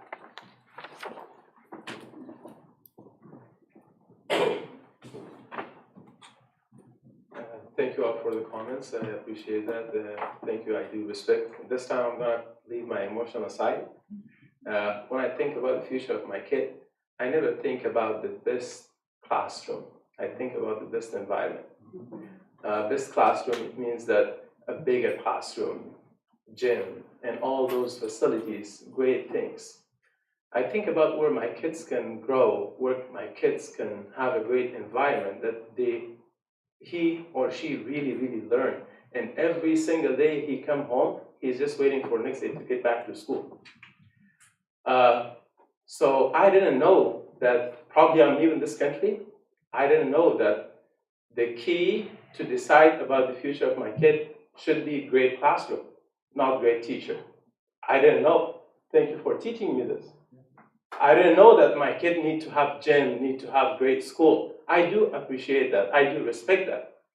But everything is working in AAA. I'm repeating again and again. Everything is working in AAA. I understand that there are challenges. We want growth. I understand that. But why are we not thinking about other solutions, other options? Even in presentation that made me a little bit disappointed, 75%, more than 80%, I could feel it's already decided. And our comment, our voice is just a politic. I hope we are just leaving our politics aside and being really transparent and honest and say what is coming from our heart. Trustee Jose mentioned that he visited to Mays too. He only mentioned that in Mays, teachers are working hard too. But did you really see what passion that you saw in AAA and Calaveras? It's different, let's be honest. If something is already decided, I would appreciate just to announce it, not playing more politics. I'm tired of it and I'm not used to it. I think in education, when we're talking about our kids, let's be honest. Let's see whatever is in our heart. Just say it. Be honest. I understand we have jobs, we have to decide, but let's be honest. Let's not make a decision that we regret. Let's not make a decision that when we go to bed, we regret that I wish I could have said something different. Or I wish I had data. When we decide we have data, statistic, and we have some, comments seeing about kids. And when I came here, it's not only what I think is best for my kid, because my son is pushing me that you have to go. I said 7:37, I have to be back home because that's dark, I have to. And my son is telling me, can you eat something there, Dad? I want you to be there. That's really important for me. And I appreciate that if you can give it some more time, think about it. Don't just do a statistic. And I really appreciate if you can share the statistic, that the quote you got from any construction company about the moving all these expenses, because that doesn't make sense to me. Right now, I'm electrical engineering manager. I work in construction. Please, that doesn't make sense to me. And it's not real. I'm sorry to say that that's not real. If it's real, please share the code. So at least I feel calm. At least that make me relax. That's real. Samir, you're wrong. Thank you. Appreciate that.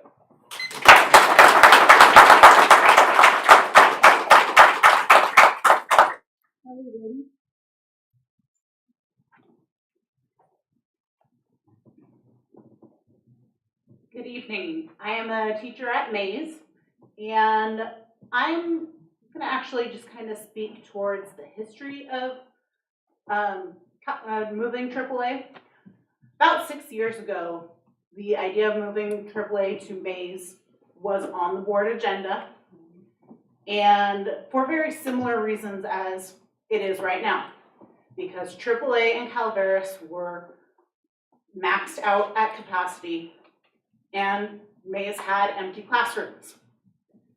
And for very similar reasons as what's been discussed tonight, the decision was to keep AAA at Calaveras. Because the culture has become so intertwined and so fantastic for those students. And I honestly see that still as a strength for AAA. My question to the board is, we've had this issue where AAA could not grow because of being on Calaveras' campus for those 6 years since it was first brought up, or at least since the first time I heard about it being brought up, why haven't we been working on a plan for it in the interim 6 years? Why are we waiting until it's an emergency again?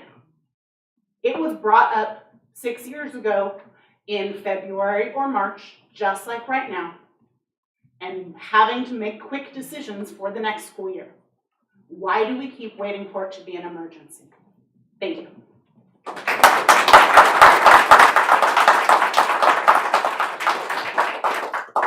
Gabby Banks.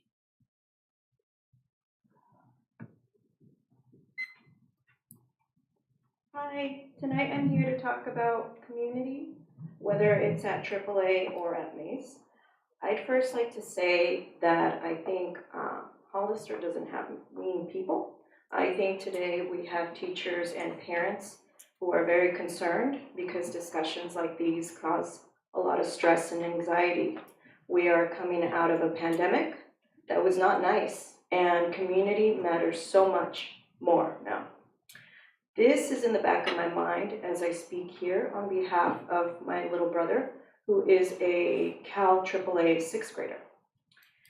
He is one of many children who has been and continues to be deeply affected by the pandemic. Like other children, in the past 3 years, he has dealt with many transitions. In 3rd grade, COVID, and personally, family members going to the hospital, virtual learning, a lot of stress and anxiety that continues today.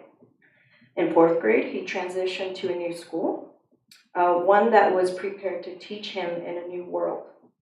He also moved from San Jose to Hollister that year. In the 5th grade, in order to attend his school in person, he would commute at 5:45 in the morning because he knew the quality of the education and community that he was receiving at that school. We also didn't want to have him go through another transition. And in 6th grade, right before 6th grade, we researched and we decided that he was going to apply to AAA. And fortunately, he got in.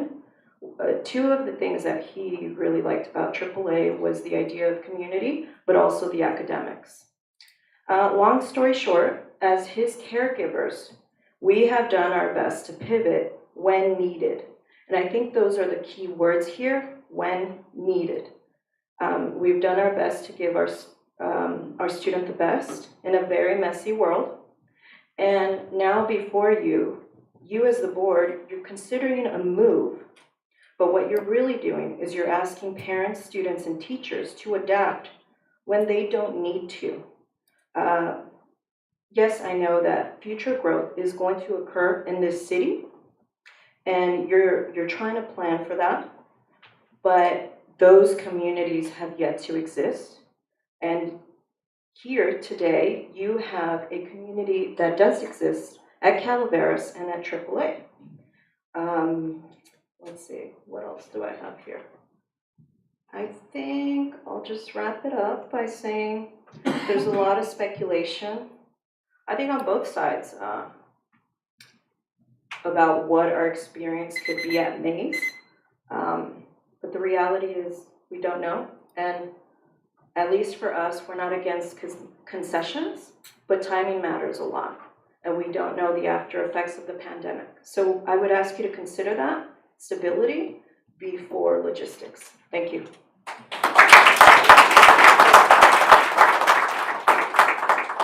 Denise McNett.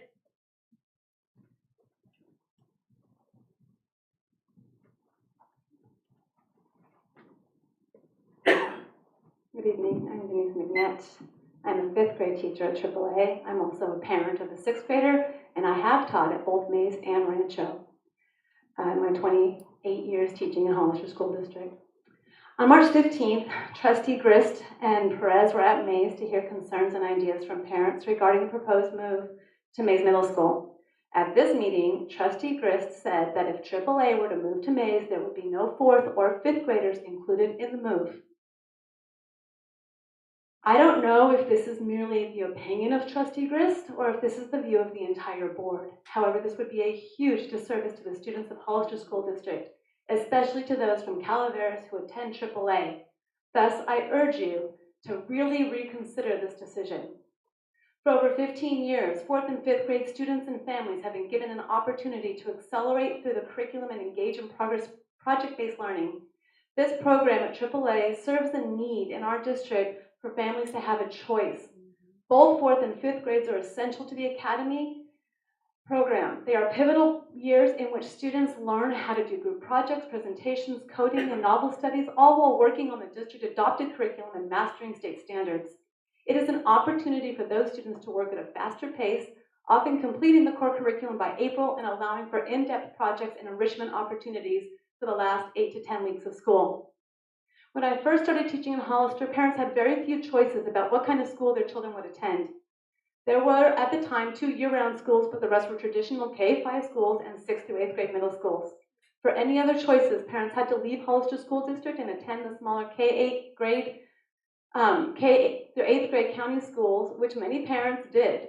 And about 16 years ago, Hollister School District opened its 2 magnet schools, HDLA and AAA, and at the same time, HSD opened the 6th through 8th grade self-contained middle school at Calaveras. These schools were designed to accommodate parents who were demanding more choices and voices in their students' education. Although these schools have undergone many changes over the years, they are all arguably running very successful programs today. Within the past couple of years, with parental demand, Hollister School District began opening 6th through 8th grade options at many elementary schools. Currently, over 900 of Hollister's 6th through 8th grade students attend a school and a TK8 school, including AAA. These programs do seem to be popular with parents, with about 48% of the district's middle school-age students opting out of the conventional middle school setting. These 6th grade classes at HDLA, Sunny Slope, and Lad Lane all have over 30 students enrolled. I think that given the choice, even more parents would elect to send students to these sites, except that programs are full. At Calaveras, nearly an entire class of students who applied to stay at AAA for the 23-24 year will be denied due to class size limitations on campus. I know that many parents and teachers would prefer to be allowed to stay on the Calaveras campus. The site administrators work well together. Students interact constantly as they share recess, lunch, band times, even fundraisers. They're like 30 seconds. Fundraisers, assemblies, and special events. It would be a sad thing to split up a mutually beneficial relationship. If, however, the decision, which seems to already have been made, to move AAA to Mays, please consider making both school sites 4-8, or even make it another T8 school on the Mays campus. It could, like AAA, currently be a project-based learning school, but could also be a technology magnet school utilizing the robotics curriculum the district's paid for but hasn't really used.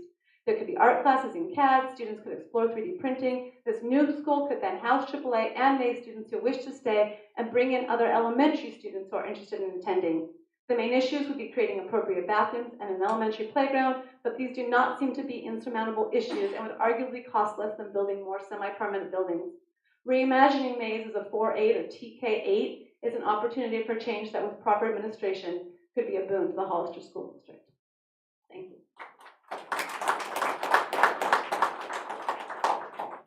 Rebecca Nelson.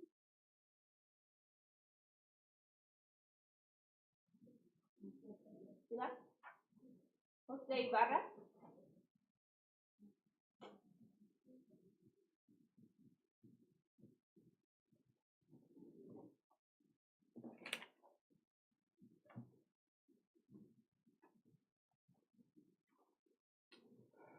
I apologize if we made you feel uncomfortable and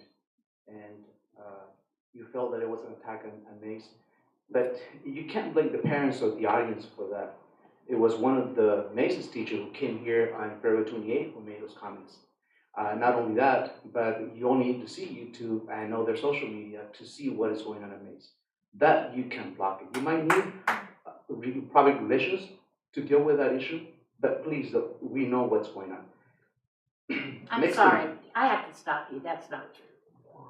And I'm just gonna leave it at that. Look at the suspension Trustee report. Chris. I know. I just, I hope you're not taking that time from me. no, we won't. Now, if you know that there's growth going on, then why not expand Calaveras Lake? If you already mentioned there's going to be growth there. And why are you so against us staying there when you were against us moving to Mays 6 years ago? It doesn't make sense. Now you say that it is a very difficult decision to make because of money. Then what is money for? We give you a low budget, you give us a high budget. And now finally we come to 500,000, not 1 million, which is it's getting better, isn't it? Now we have operating budgets, we have building fund budgets. Why not go into that budget? We're also looking at time. Why can't it be done in summertime? If moves need to be made, get the portables during the summertime, place them at Calaveras, and we're set. We know it can happen, especially when all the plans have been approved already for portables to be moved to Calaveras AAA. It's just a matter of moving those. If you feel that having a gym and a track is so essential, then why not provide that to AAA in Calaveras? Out of the two bonds of 60 million, Calaveras AAA got only air conditioning. I think it's about time that we get more than that. I think that community deserves that. Yeah. I hope that if you feel that there's a need, then start working on some funds. And I'm not talking to you personally as individuals. I'm talking to you as the board that represents a community. And you and I know the history of this community, and we know the history of Calaveras, and we know how much they have not received. Yeah. I think it's time for us to start thinking about that. Yeah. Thank you. Yeah.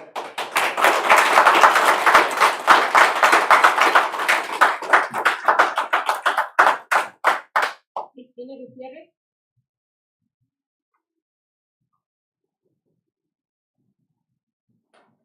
Good evening to everyone. After listening to all the parents and all the comments, it is very emotional and it's very passionate. And Ms. Martinez, like you said, there's a bond here.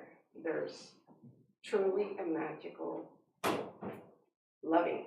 And I felt that because my son has been here for 7 months. And he speaks very highly of Mr. Wilbur, Mr. Ibarra. And he wants to grow in AAA. He wants to make it out of the 8th grade and then start his, adventure. But, we can't do it without you guys. I mean, we really need your support. We really need your input, your decisions. I feel that you're not the only the new kid on the block. I am too. My son too. Two meetings ago, back in February, Eduardo said, "Mom, when you get up there and speak, just let them know what I'm saying. Let them know that they need to hear us. They need to hear the students. They need to hear the teachers, the principals. Why can't they hear us? Let them know I don't want to leave. I want to stay here." And to me, that means a lot. My kid's been through a lot. Like my daughter said, she protects them like, have no idea. But I think we all protect our children. And we want the best for our children. We can't do it without you. You mean a lot to us. Our children mean a lot. The teachers, the principals, oh my God. It's a magical place at AAA. I love it there. That's all.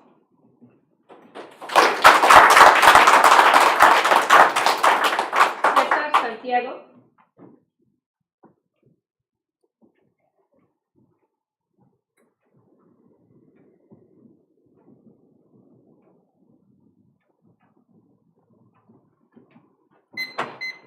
All right, so let me start off by saying I'm a Raider fan, so I'm a bit rowdy. Okay.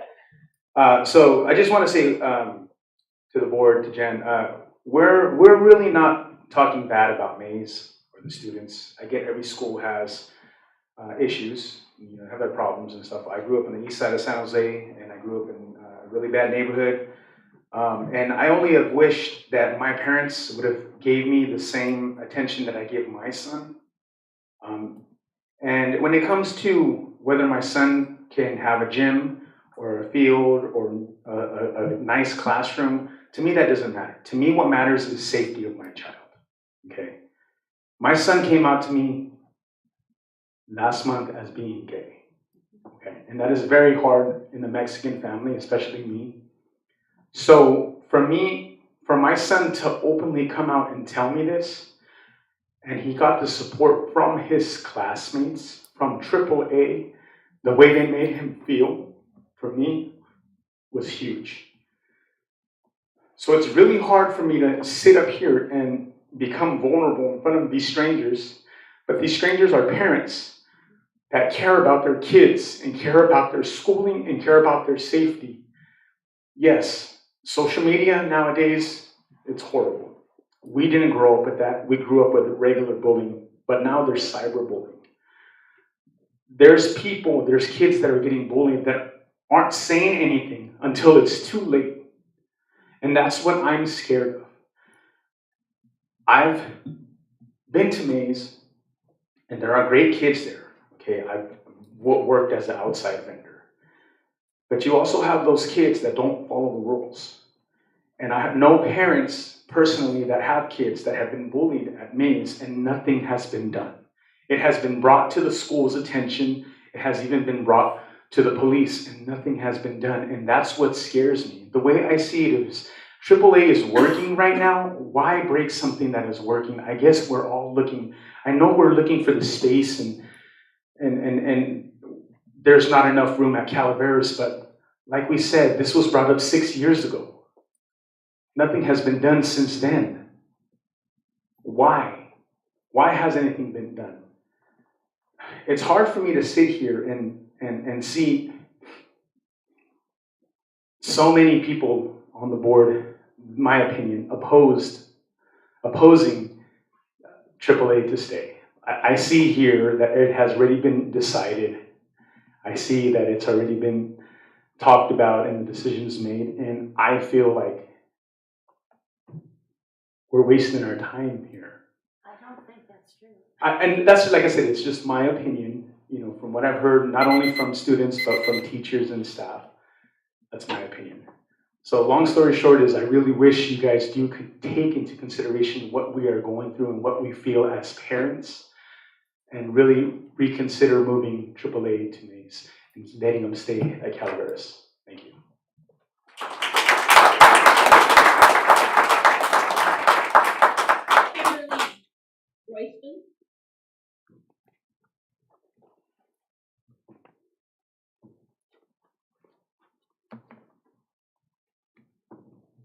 Good evening. My name is Kimberly Royston. I am the parent of a 7th grade daughter at AAA. And we are new to Hollister and new to Hollister School District. And I don't have any negative opinion of any school. I was one of the deciding factors in our move to Hollister, was that there was an opportunity. Parents could send their child to a place that fit them, and we didn't have that where I moved from, and my child was really struggling and having a horrible time in school and feeling bad about herself.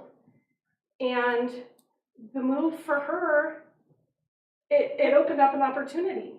And at the time, our opinion was a K through 8 would be the appropriate place for her to be. And that was super appealing, and I was so excited to move to Hollister for that. She entered HDLA in 5th grade, but unfortunately was online only. And the pandemic was hard. And she was researched and just really didn't feel comfortable, didn't feel fitting in. When she came back to school, she didn't know anybody. She only knew people on a screen. And she researched, and she really wanted to apply to AAA, and she did it all on her own. She wrote the thing, asked me, put it in my calendar, Mommy, will you drive me there? I want to submit it. She followed up with the principal and the school office and was admitted. And she was accepted, and she has friends, and she loves it. And the anxiety that I see in her now over moving, it's just another trauma. It honestly, for me, I hear everybody's history and everybody's passion and the argument both ways. I'd like you to consider, at least if there's going to be a move in the program, setting a date and giving the families and the kids and all that, maybe the current kids to finish out and then moving it. I understand the space and the facilities and all that, but it would be a very traumatic experience. I mean, middle school is traumatic enough. I think all of us can remember being there. You know, to have another event. The pandemic was already traumatic. Our family was at a mass shooting event, which was another trauma for her. And she is thriving and loves it there. So while Mays, I think, has great opportunities for some children, I feel like my child, her place, is at AAA in its current location. And just like I would choose maybe a college of 80,000 people for one child that I have, I would maybe choose a small private college of 1,200 kids for another student, because every student needs something different. It's not a one size fits all or one approach fits all. And I love that about Hollister School District. And so I would love to see you keep that. And if a change has to be made, make it a plan for the future so that everybody has notice and everybody can get behind it and support it.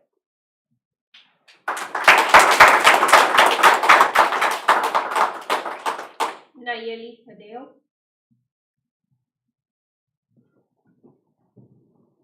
Good evening, everyone. Sorry, I'm short.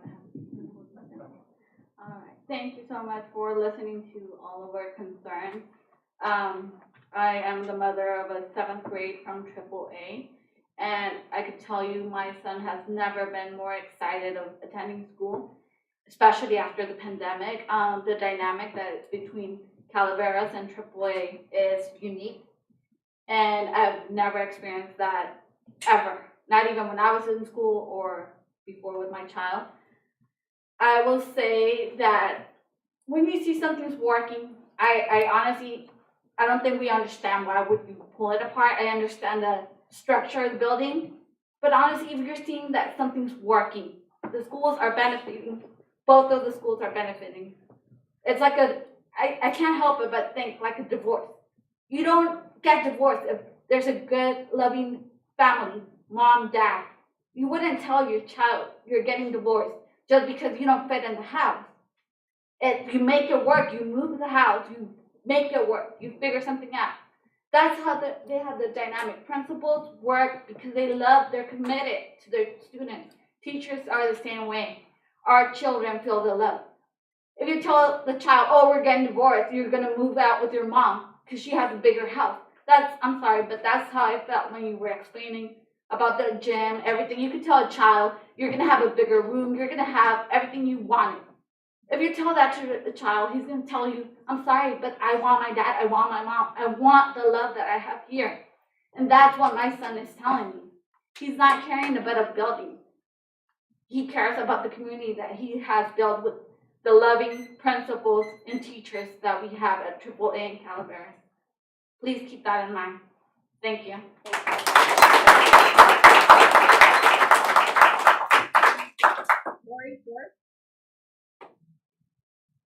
Good evening. I had to take a little break because I had a child that needed to go to karate. So he's sitting in the car telling me to hurry. However, I wanted to discuss some things that I heard, things that in this discussion about AAA and Calaveras. 15 years ago, I opened Calaveras School as a vice principal, or the Accelerated Achievement Academy as a vice principal with the Calaveras principal, Christine White. We worked together closely. We did as much as we could to do what the district was telling us to do, which was to create a community between two schools. I know HGLA was supposed to do that too. I think AAA and Calaveras did that exceedingly well. If you haven't heard nothing else tonight, I think that is one thing that I have taken away from that. We made a community from two schools. This morning, we had a board member come to our campus, and it's been told to me that if the question was asked, what would we like to change? Well, clearly, we don't want to change the community. Clearly, we'd like to see some of the funds that are in deferred maintenance be spent on Calaveras School, on the facility. Because I can tell you when I walk outside my classroom, there's a wall falling apart. That's deferred maintenance. We have portable classrooms that are having water problems right now with the rain. That's deferred maintenance. I know there's funds for deferred maintenance, probably millions. So really what we'd like to change, and I think parents have voted this way with their feet and their children, they voted for K-8 schools, haven't they? Because we have 2 middle schools that are not full capacity. The parents have voted, and maybe it's pandemic related because they spent a lot of time with their kids during that time, and they learned about their kids. I know I learned about my 3. And I learned about what bothers them and what they were concerned about during that time frame. And so the parents have voted with their feet. The other thing they do is they vote for you. And I think it'll be very clear tonight who we will want to support from now on. Thank you.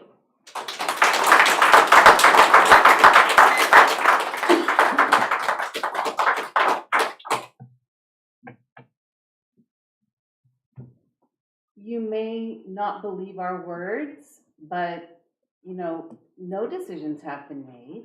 And I'm not sure why, you know, anyone would think that, but no, we have not discussed it. That is why we have it on the board tonight. This is a discussion. We have not made any decisions. So that is the truth. Now, what we decide to do now, I mean, of course, we are short a board member up here. I would like to hear what she has to say. I don't think we can make a decision tonight without Lisa. I agree. I agree. And just to talk about the 6 years ago and the decision, I was the only person on the board when that happened. And we had a moratorium, so there wasn't building. We thought we were going to get all this growth, and it wasn't happening. So we were anticipating what could come, and it just didn't materialize. So that's kind of why we figured, okay, we've got some time to buy us some decision, right? Because again, we heard both sides of the community, and in that moment, based on what we heard, the decision was made to keep things status quo. But the reality is things are growing, and buildings are, you know, more homes are being built throughout Hollister. It isn't just Calaveras that's a concern. It's Ladd Lane. It'll be, I think, pretty much all of our schools, because there's growth everywhere you look in Hollister. And that is the reality that we have to consider. And so, but, you know, the comments of the K-8 schools are very popular. And that may be a cause of the pandemic. But what I've always loved about this district is that we give families choices. And that is something that I'm proud of, because we would lose families because they were wanting this and didn't have it here. So by the past superintendents that have been here, that I've been a part of and had great pleasure to work with, they've had some forethought of thinking about those things. When we created Calaveras K-8 for the first school being a priority school, we knew the thought back then of what we wanted to create there. And then with AAA, that just seemed to enhance things, right? Because that partnership just seemed seamless. And it's like now listening, even though it's like amputating a part of your body, is what I see it like now. And it may be a small part, but it's still part of the whole. And I don't know if that's quite coming across, that piece. And again, everything the last speaker spoke of as far as needs are something that for me, it is a concern, and I will keep fighting for those things to get addressed. Because now Calaveras is the oldest school in our district that has not received any attention. And that's how we programmed when we did the bonds and remodernize Arl Hardin, Rancho, and Sunny Slope in that order. Arl Hardin was the oldest. Then it was Rancho, then it was Sunny Slope. Now, in my opinion, Calaveras needs some TLC, well-deserved TLC. And we have dragged things out for quite some time, but there are things that cannot be neglected anymore. And as, again, that is my school in my district that I'm going to fight tooth and nail for. In regards to the TK through 8th grade schools, the reason that, the biggest reason that we did this is, the homes started building and we don't have the money to build another school. So the idea is to take pressure off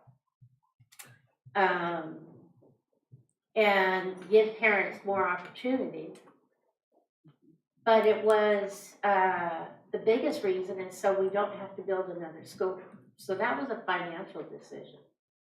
And I think everybody needs to understand why that happened, because Gilroy, was building schools and now they're closing schools. And we did not want to get into that situation. So that was a financial reason that we went to TK through 8. And it's turned out to be a very good reason. But initially, it was a financial reason. So, I'm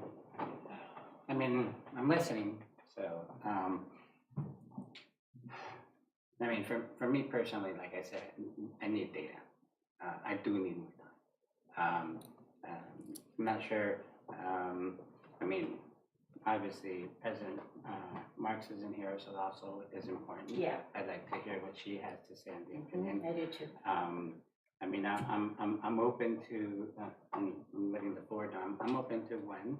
I would like to see if we can get some, not necessarily bids, but researching costs for new portables. We don't necessarily, I know we have the portables at Mays, but if we could look at the market as to what we could purchase and bring to, because I think that according to Superintendent Sanchez, it would be more expensive to move the ones from Mays to AAA, and so that kind of defeats the purpose of saving money, right? And so if we could do that research maybe before the next board meeting, or even if we could do it sooner, so we could make that decision sooner, because again, I understand, like I said, I went to the school this morning, so yes, you can see the anxiety on the kids and the staff and all that, and I don't want to wait till the last minute. One of the reasons I did apply to be on the board is because we're supposed to be leaders. We should be having a vision and moving towards the future and not really reacting to the last minute. And so that's what my recommendation for direction. We can vote on that or discuss it further, but that's where I stand right now. So I have my hand up. Go ahead. I think we need to calculate the cost of what Denise, her proposal, about changing Mays to a TK through 8 and moving AAA as a 4 through 8 at Mays. I think we should look at the cost and what it would entail and see how that would work.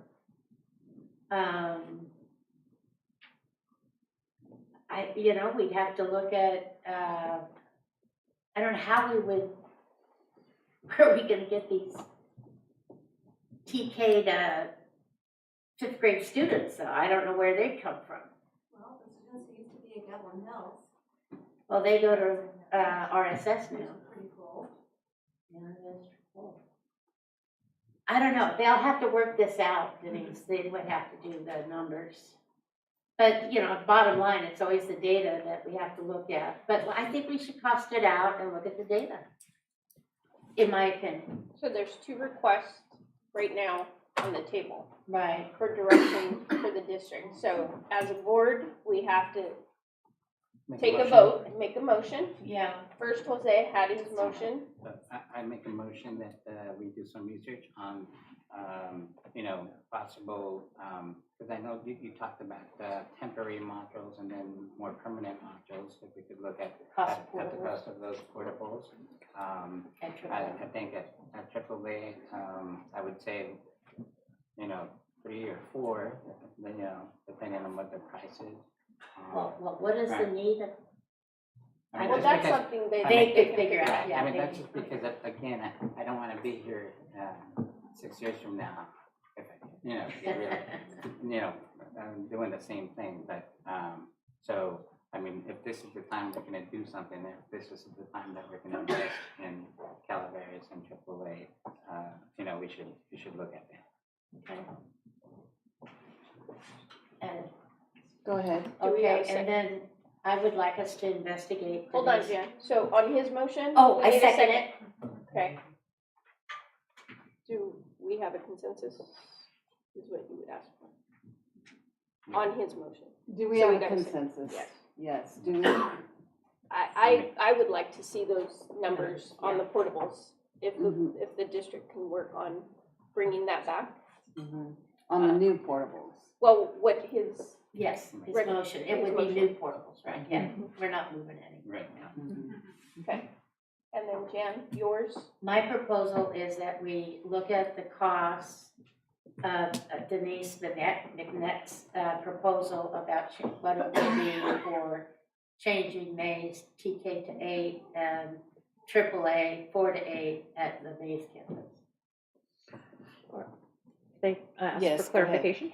So are you talking about staff, costs? Are you talking about I guess furniture? Are you talking about, age appropriateness, in regards to changing a comprehensive middle school to a TK-8 elementary site?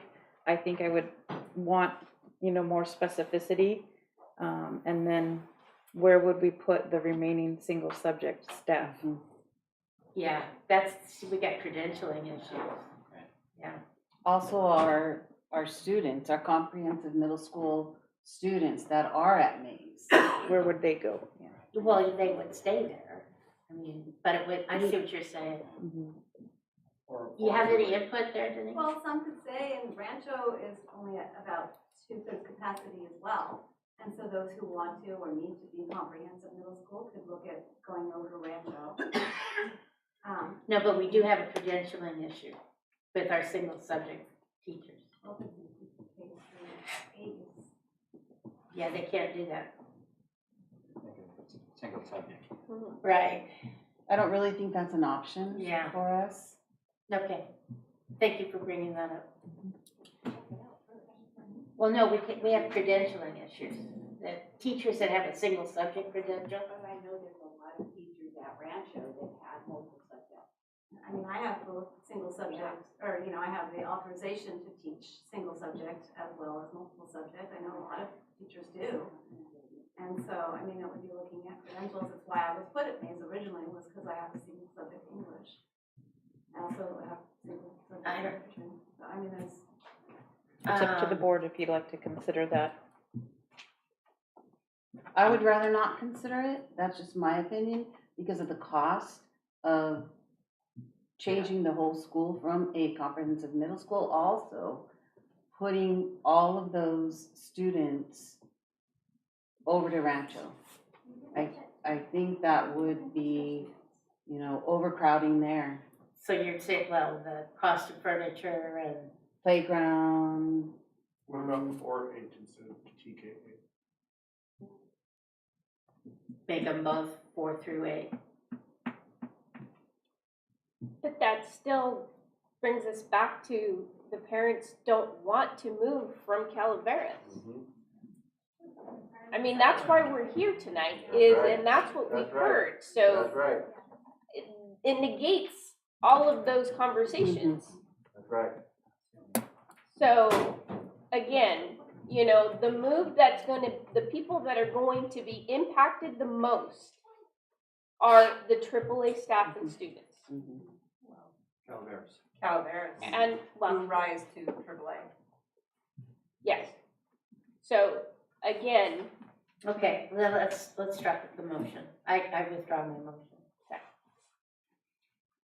So, I propose that, if we can possibly maybe consider having a special board meeting, to make a decision, when we have our President Marks here, because again, it would be ideal to have a full board make a decision, because if we have a 2-2 vote tonight, yes, that's not going to help us any.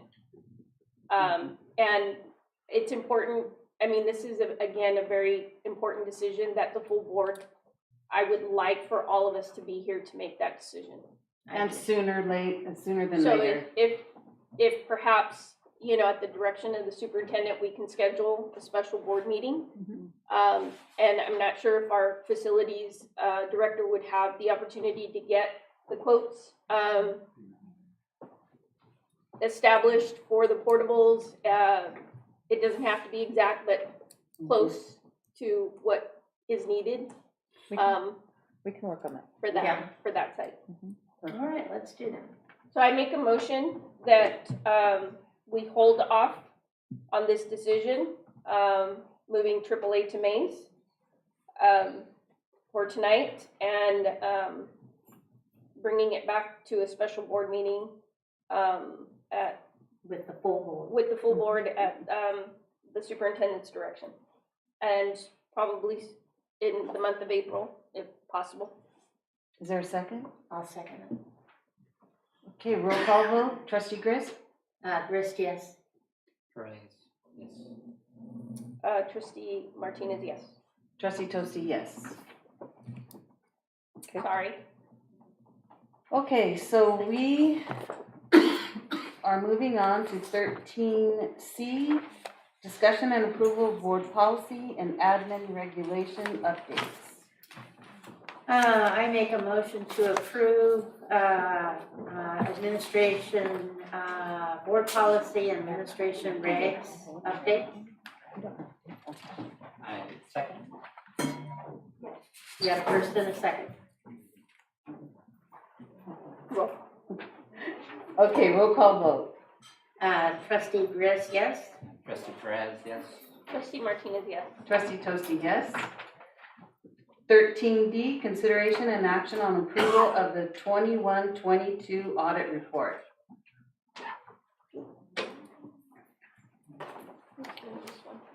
So while we prepare for the upcoming audit report, we have our CBO, Beth Wilson, walking to the podium, and in preparation for the 21-22 audit report, we are going to review the information and recommend that the board review and approve the audit report as presented.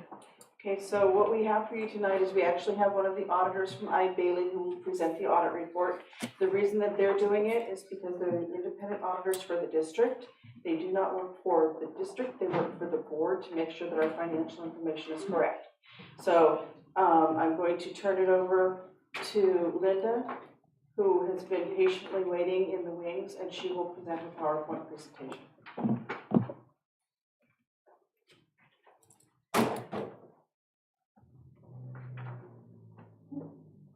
Am I on? Yes, but we hear can't you. see you. Okay. Hi. Thank you for having me here tonight, members of the board and Superintendent Sanchez. So I am the board of the PowerPoint presentation. Let me share my screen.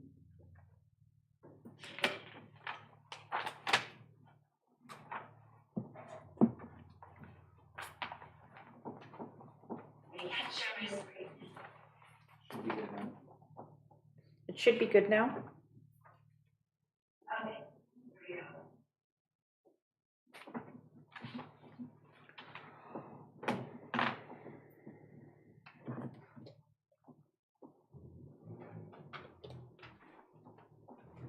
Okay. So my name is Linda, and I am a senior associate with Bailey. And I've been with Bailey, or actually I started with BTD, and BTD merged with Bailey. So I've been doing this since 2003, almost 20 years. And I have on this first slide my contact information. If you have any questions later on that you want to ask me, you can email me, and this is my direct line, and you can call me directly as well. So a little bit about the audit process and what we do before we jump into the audit report. We have the first phase of our audit is usually we come out to the school sites and we do our state compliance testing and some possibly some ASB testing. The state compliance is usually regarding attendance. We check the attendance to make sure the sites are taking attendance correctly and the system is reporting it correctly. We may test for ACEs, but usually we do that at the district office. And then our second phase is the interim audit phase. And with that, we come out to the district office and we start our preliminary compliance testing there for federal and state compliance.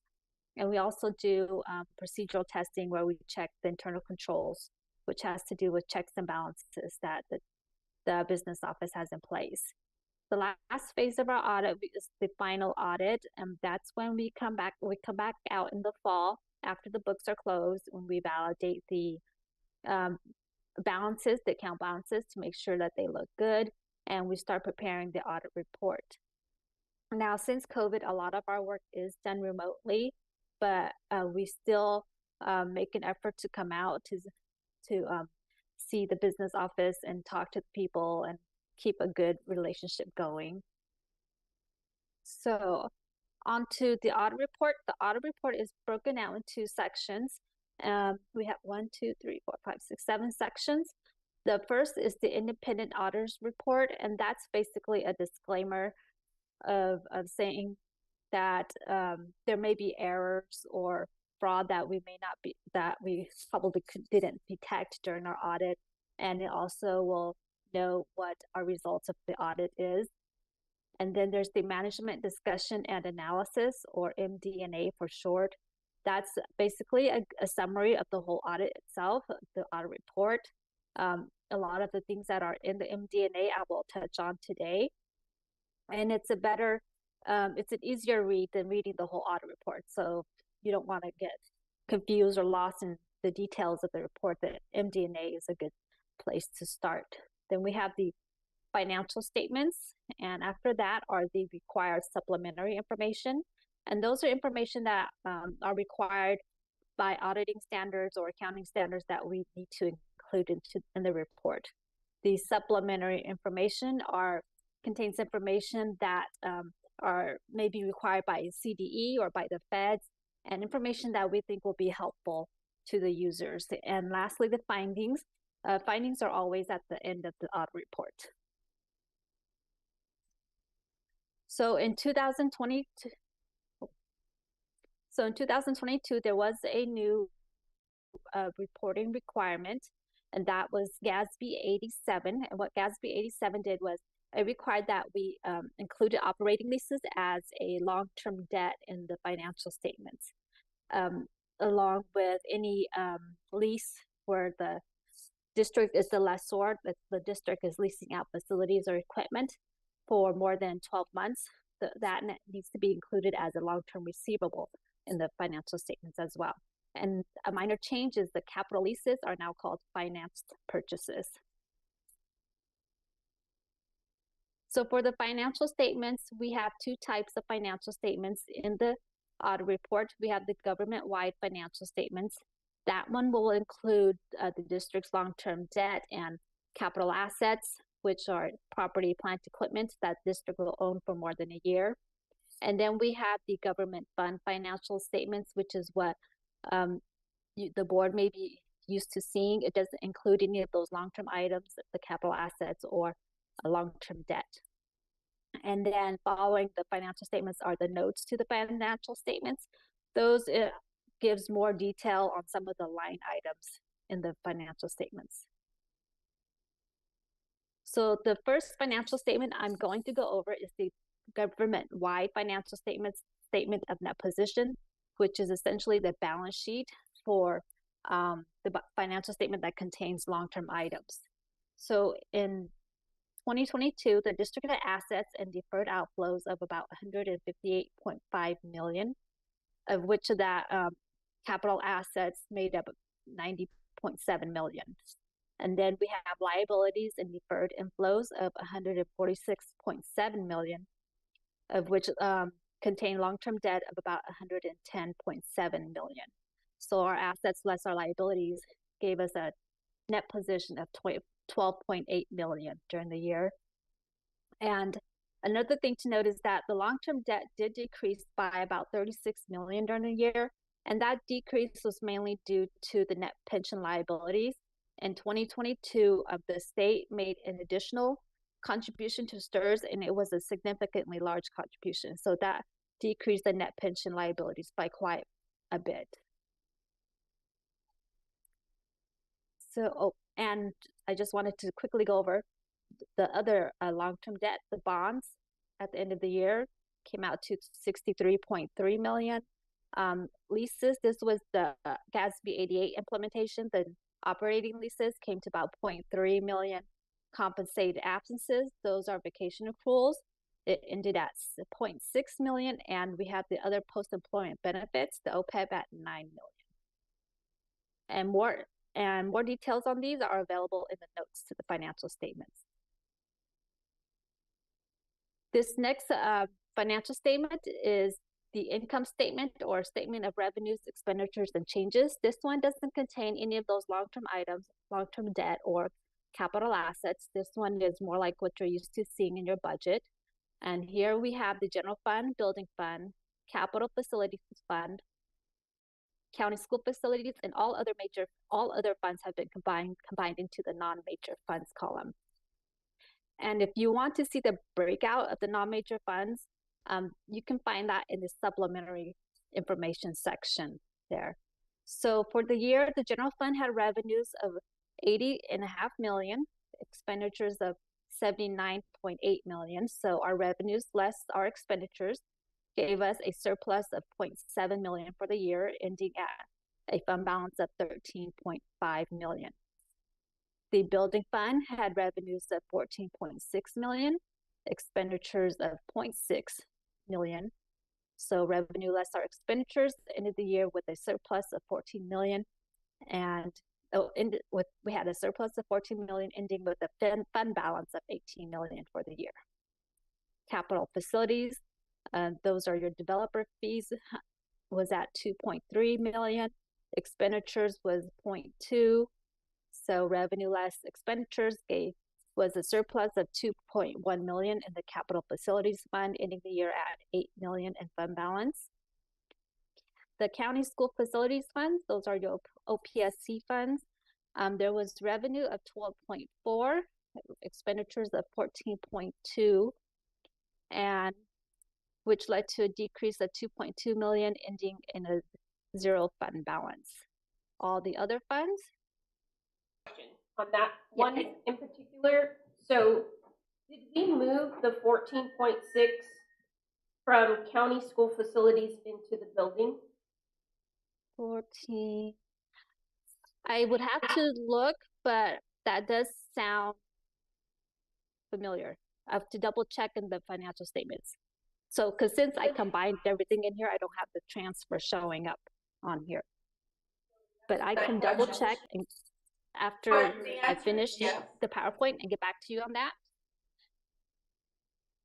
I believe you have the I'm answer. sorry. The answer to that is yes. The answer is yes. When it comes in, Okay, and then now the non-major, we have revenues of 8.4 million, expenditures of 7.4, with a surplus of 1 million during the year, ending at 7.9 million in fund balance. So all of our fund balance combined was 47.4. So here we have the budgetary comparison schedule. This one is found in the required supplementary information section, and this is a schedule of the general fund, comparing the general fund final budget to the actual for the year. So the district ended at 80.5 million in revenues for the year, which was 1.8 million more than that was in the budget.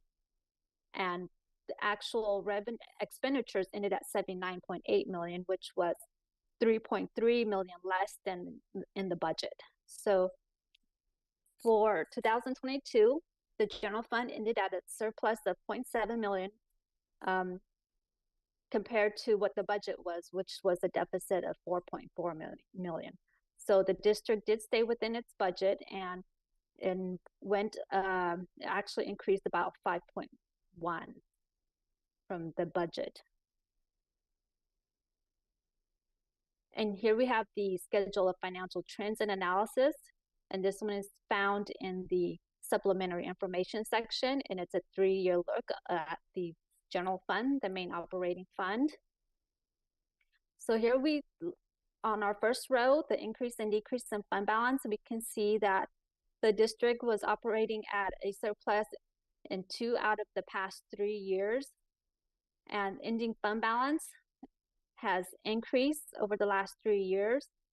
But if you look right below the reserve percentages, that has actually decreased. So despite the fund balance increasing, the reserve has decreased, and the district has still maintained a 3% reserve, which is the minimum. And the ADA has decreased by about 281 ADA since 2020, and that's basically due to COVID. And in 2021, you'll see that the ADA is the same as 2020, and that was because in 2021, because of COVID, the state didn't require the ADA to be reported, and so districts were funded at the 2020 ADA. So now for the finding, there was one finding, and it was regarding errors that were found that required an audit adjustment. The first error was a miscalculation in the state apportionment. So we had to do an audit adjustment to increase the state apportionment by 130,000. The second error was regarding the AP accruals from the 1920 year. Those didn't get cleared out, and those were related to the state apportionment as well from 1920. And so we had to do a restatement, which was to increase the general fund by 508,000 or 509. So the net of these resulted in a 639,000 increase to the general fund. So that's it for my presentation. Any questions? Oops. I have a general question. Are these numbers like the net increase to general fund, your last line here, $639,125?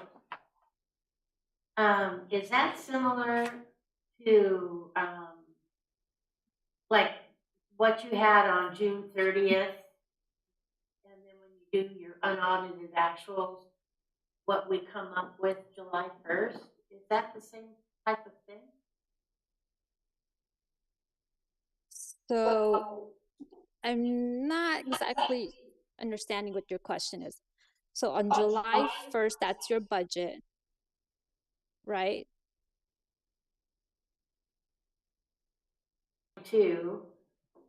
There should have been an additional 639,000 or no?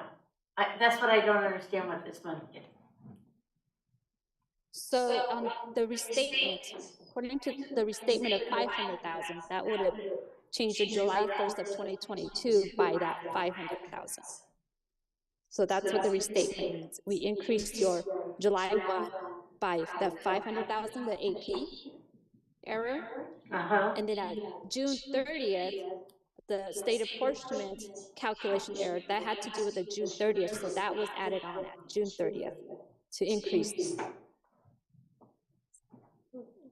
But not for 2022? Yes. Okay.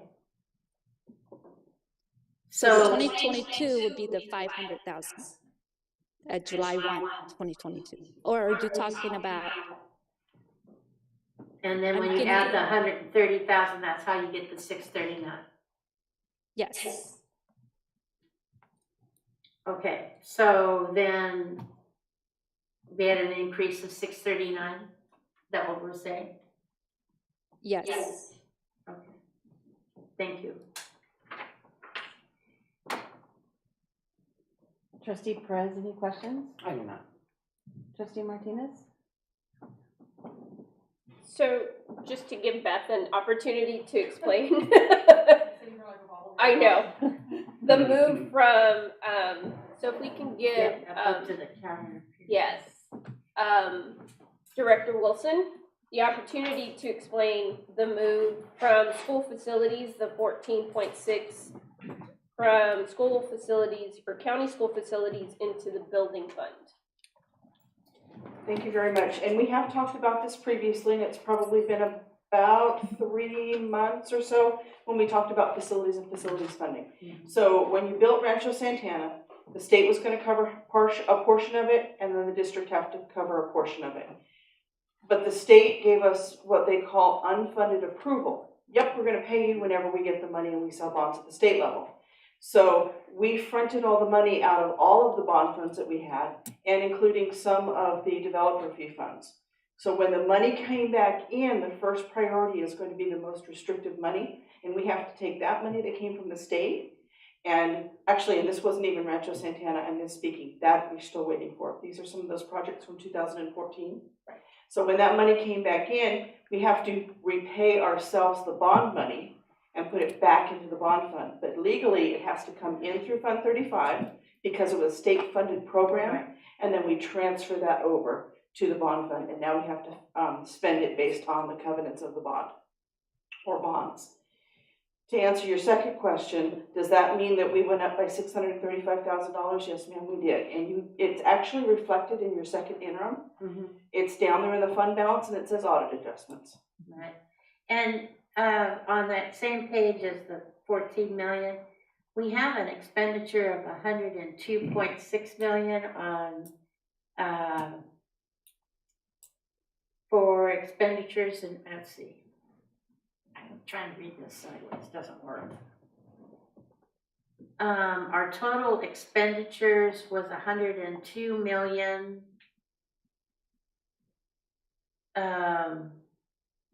Of which 79 million came out of general fund. I'm trying to remember what that was for. Anybody remember? Do you remember? 102 million? It totals up to 102 million. I can't remember what that was for. Which one in particular? This one here. That's the $79 million are expenditures in the general fund, Fund 01. It's for everything. Oh, it's for okay. teachers. Oh, it's for okay. books. For everything. It's for categorical funds. That's It's our for some of that's our extra budget. stuff. Yes. Okay, thank you. And this is capturing restricted and unrestricted. Yes. Correct? And so she's also put all of the other funds next to it, so you can get a single page snapshot of everything that happened in the district for that year. Gotcha. Right, Linda? Yes. It's the direct. Right. I'm good. Okay, do we have a motion? I make a motion that the consideration and action on the approval of the 21-22 audit report. I'll second. Roll call vote. Trustee Chris? Yes. Trustee Perez, yes. Trustee Martinez, yes. Trustee Tosti, yes. 4-0, and now we're moving to 13E, consideration and action on approval of the 22-23 transportation plan. Team transportation here. So you're getting this item because the state of California, when they adopted the budget for this year, decided that they would fund additional money in transportation. The state has not typically funded 100% of transportation forever and ever. And so in order to get that money, a district was required to do two things. We had to do the calculation, which is attached to your transportation plan. And we had to do a transportation plan and vet it out there in the public to, even as far as rural transportation authorities, air pollution control districts, parents, So that's the reason this is on here. By doing this, we secure the money that's in there for next year, and we'll have to do it every year in order to continue to get extra money for our transportation. And for how we did it, I'm turning it over to my learned colleague. Thank you. You're very welcome. Good evening. Hi. I finally get to talk. Feels good. All right, well, welcome. Thank you for having me. So I'm going to read what I wrote because I tend to ad lib, and I'm not going to do that on this section. I'll do it on my next presentation. Okay. People may forget that the transportation department is within the facilities department. I got to give a shout out to my transportation secretary, Miss Noelia Lara. She is awesome. Yeah. She's the district octopus, I call her.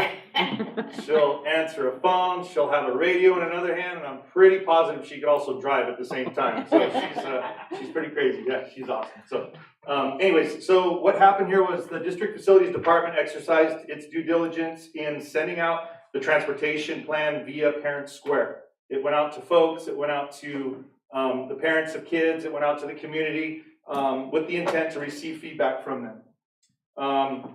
Based on preference on how folks chose to receive information, there were 6,496 users that were reached out of a total of 7,027 users. So the majority of them were reached out via email. That's what they chose. 1,600 of them were text users, 2,700 were app users. Out of the 7,000 some odd, about 5,600 were all email users. So, and then I need to share this information with you because it's one of those things where there's passion at board meetings, but you'll see here, after reaching out to 7,027 users, we received feedback from 4.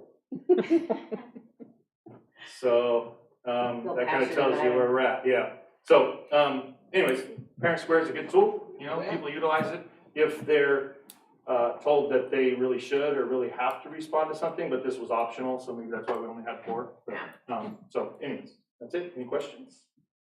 No. The only question I had was on the breakdown, total additional revenue, 318,905. Where is it coming from? The state of California. Okay, so what's our contribution? Hang on just a second. Let me bring it back up. I put it the wrong one. So as you're looking at the transportation plan, we're required to tell you the money that we're spending and the money that we're getting in there. So the revenue calculation is currently the total expenses are $1 million, and we had no capital outlay, and we have some non-agency expenses, which is really just transfers to other agencies for transportation, specifically the county office when they do transportation for special ed kids. Then the estimated reimbursement less the amount that they're going to add on. The estimated reimbursement is the amount that we actually get from the state of California before this additional funding. So what they're actually going to do is, what's the transportation add-on that's on our LCFF calculator? You subtract the one from the other, and they're going to give us $318,000 more. Oh, nice. So, yeah, that's a good thing. Because it's encroaching, if you will, or it's a contribution, if you will, from the unrestricted general fund. That lessens the burden going forward. Okay. So the overall cost for us to run this program is $1 million. Yes, ma'am. Okay. And we get a little bit of help from the state now. Just a tad. A little bit. Okay. Thank you. Okay. Any questions? Is this an action item? Yes, it is. I make a motion that we approve the 2022-23 transportation plan. I'll second. Roll call vote, Trustee Chris? Yes. Trustee Perez? Yes. Trustee Martinez? Yes. Trustee Toasty, yes. 4-0. Here's the biggie. Okay, just 13F, discussion and adoption of California Multiple Awards Schedule, number 420780089C, KYA Services.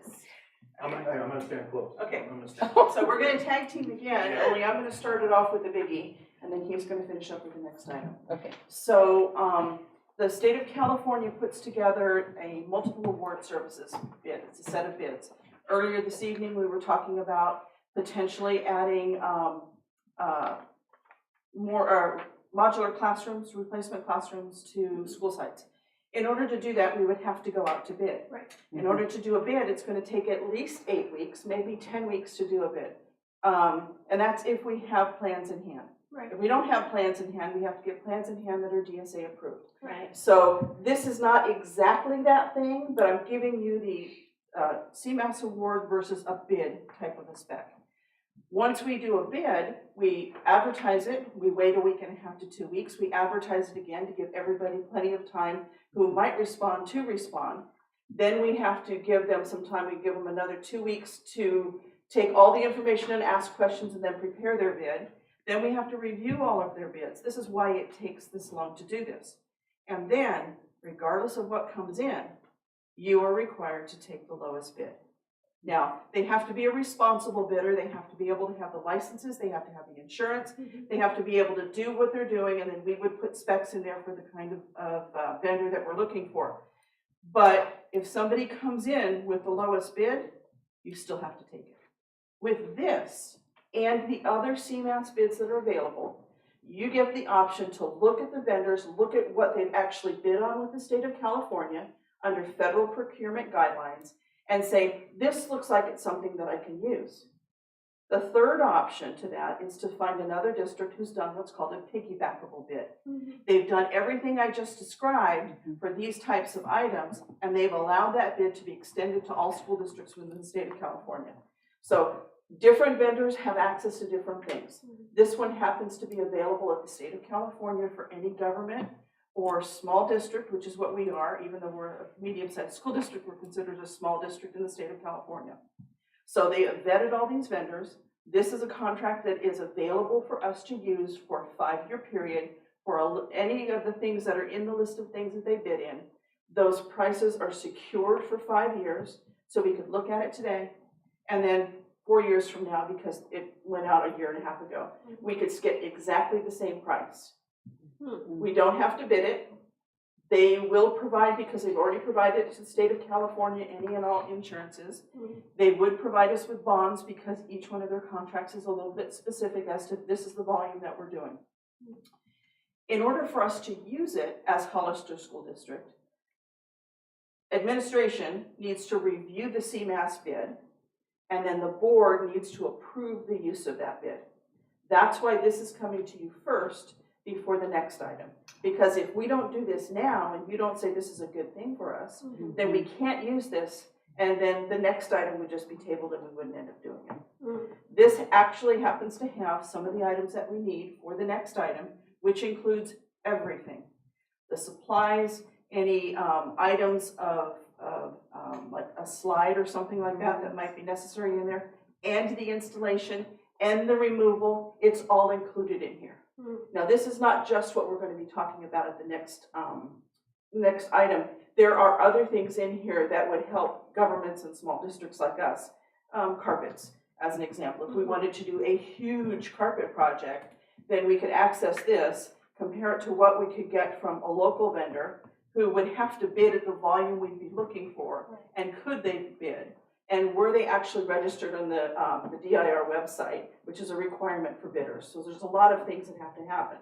So we could actually access that and get that secured pricing as well. Or like I said, anything that's on there. Right. So at this point, what we're doing is we're asking the board to approve this contract so we can utilize what's in it for the period between now and the time it expires. A couple of questions that we saw were, well, for the next item, it's referencing this and it's got this time period. It's what you saw actually referenced this CMAS bid, and they have to do that when they give you your proposal. They also have to give you that price list that shows what they're actually charging you for, so that we can take it to the CMAS bid and go, yep, oh, what's going on here? You need to correct it. because we have the state of California behind us. So, are there any questions on this one? I'm not sure because it's in the back, but it was, they listed Sarah Vista, and then they said, and other HSD sites. Okay, you're on the next agenda item. Oh. You're not on this one. Oh, okay. This is the larger available of the state of okay. California. Right. Okay. Before you can consider that one. No, you have to I consider this one. understand this. I think for our district, does it save us money because it saves time? It saves us money because it's been competitively bid. If it didn't get competitively bid at a good price with anybody else who's up there at the state actually bidding out for a CMAS bid, then they would not have been awarded a state bid or a state contract. So from that standpoint, it's been vetted to price. Is there someone else out there who might be able to undercut this price? I'm sure there probably is. But I don't know if they're going to be responsible. I don't know if they're going to be bondable. I don't know if they're registered in the DIR. And I don't know what other things are out there. That work has been done here. And so that's why we're recommending it as really in the best interest of the district, that all of that work saves us time when we're spread kind of thin for everything that we want to get done. Mm-hmm. And if we were to use this CMAS bid, anytime we are to use this CMAS bid, you've given us approval to use it, but every individual contract needs to come back to the board. Mm-hmm. We want widgets, it's in here, it has to come back to the board. We want to do this, it has to come back to the board. So it's not like you're giving us carte blanche and you never see it again. I mean, Okay. that's really my question. So, Yeah. So if we approve this, let's say next month we say, you know what, this school needs hardwood floors.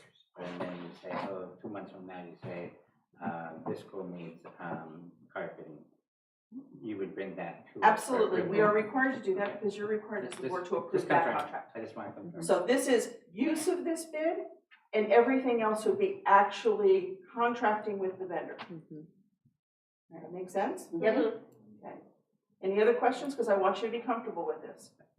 Other than I'd like to see numbers. Well, that would depend on the project. But that Yeah. Okay, so I we mean, can actually access the numbers. They gave me the specifics of the bid.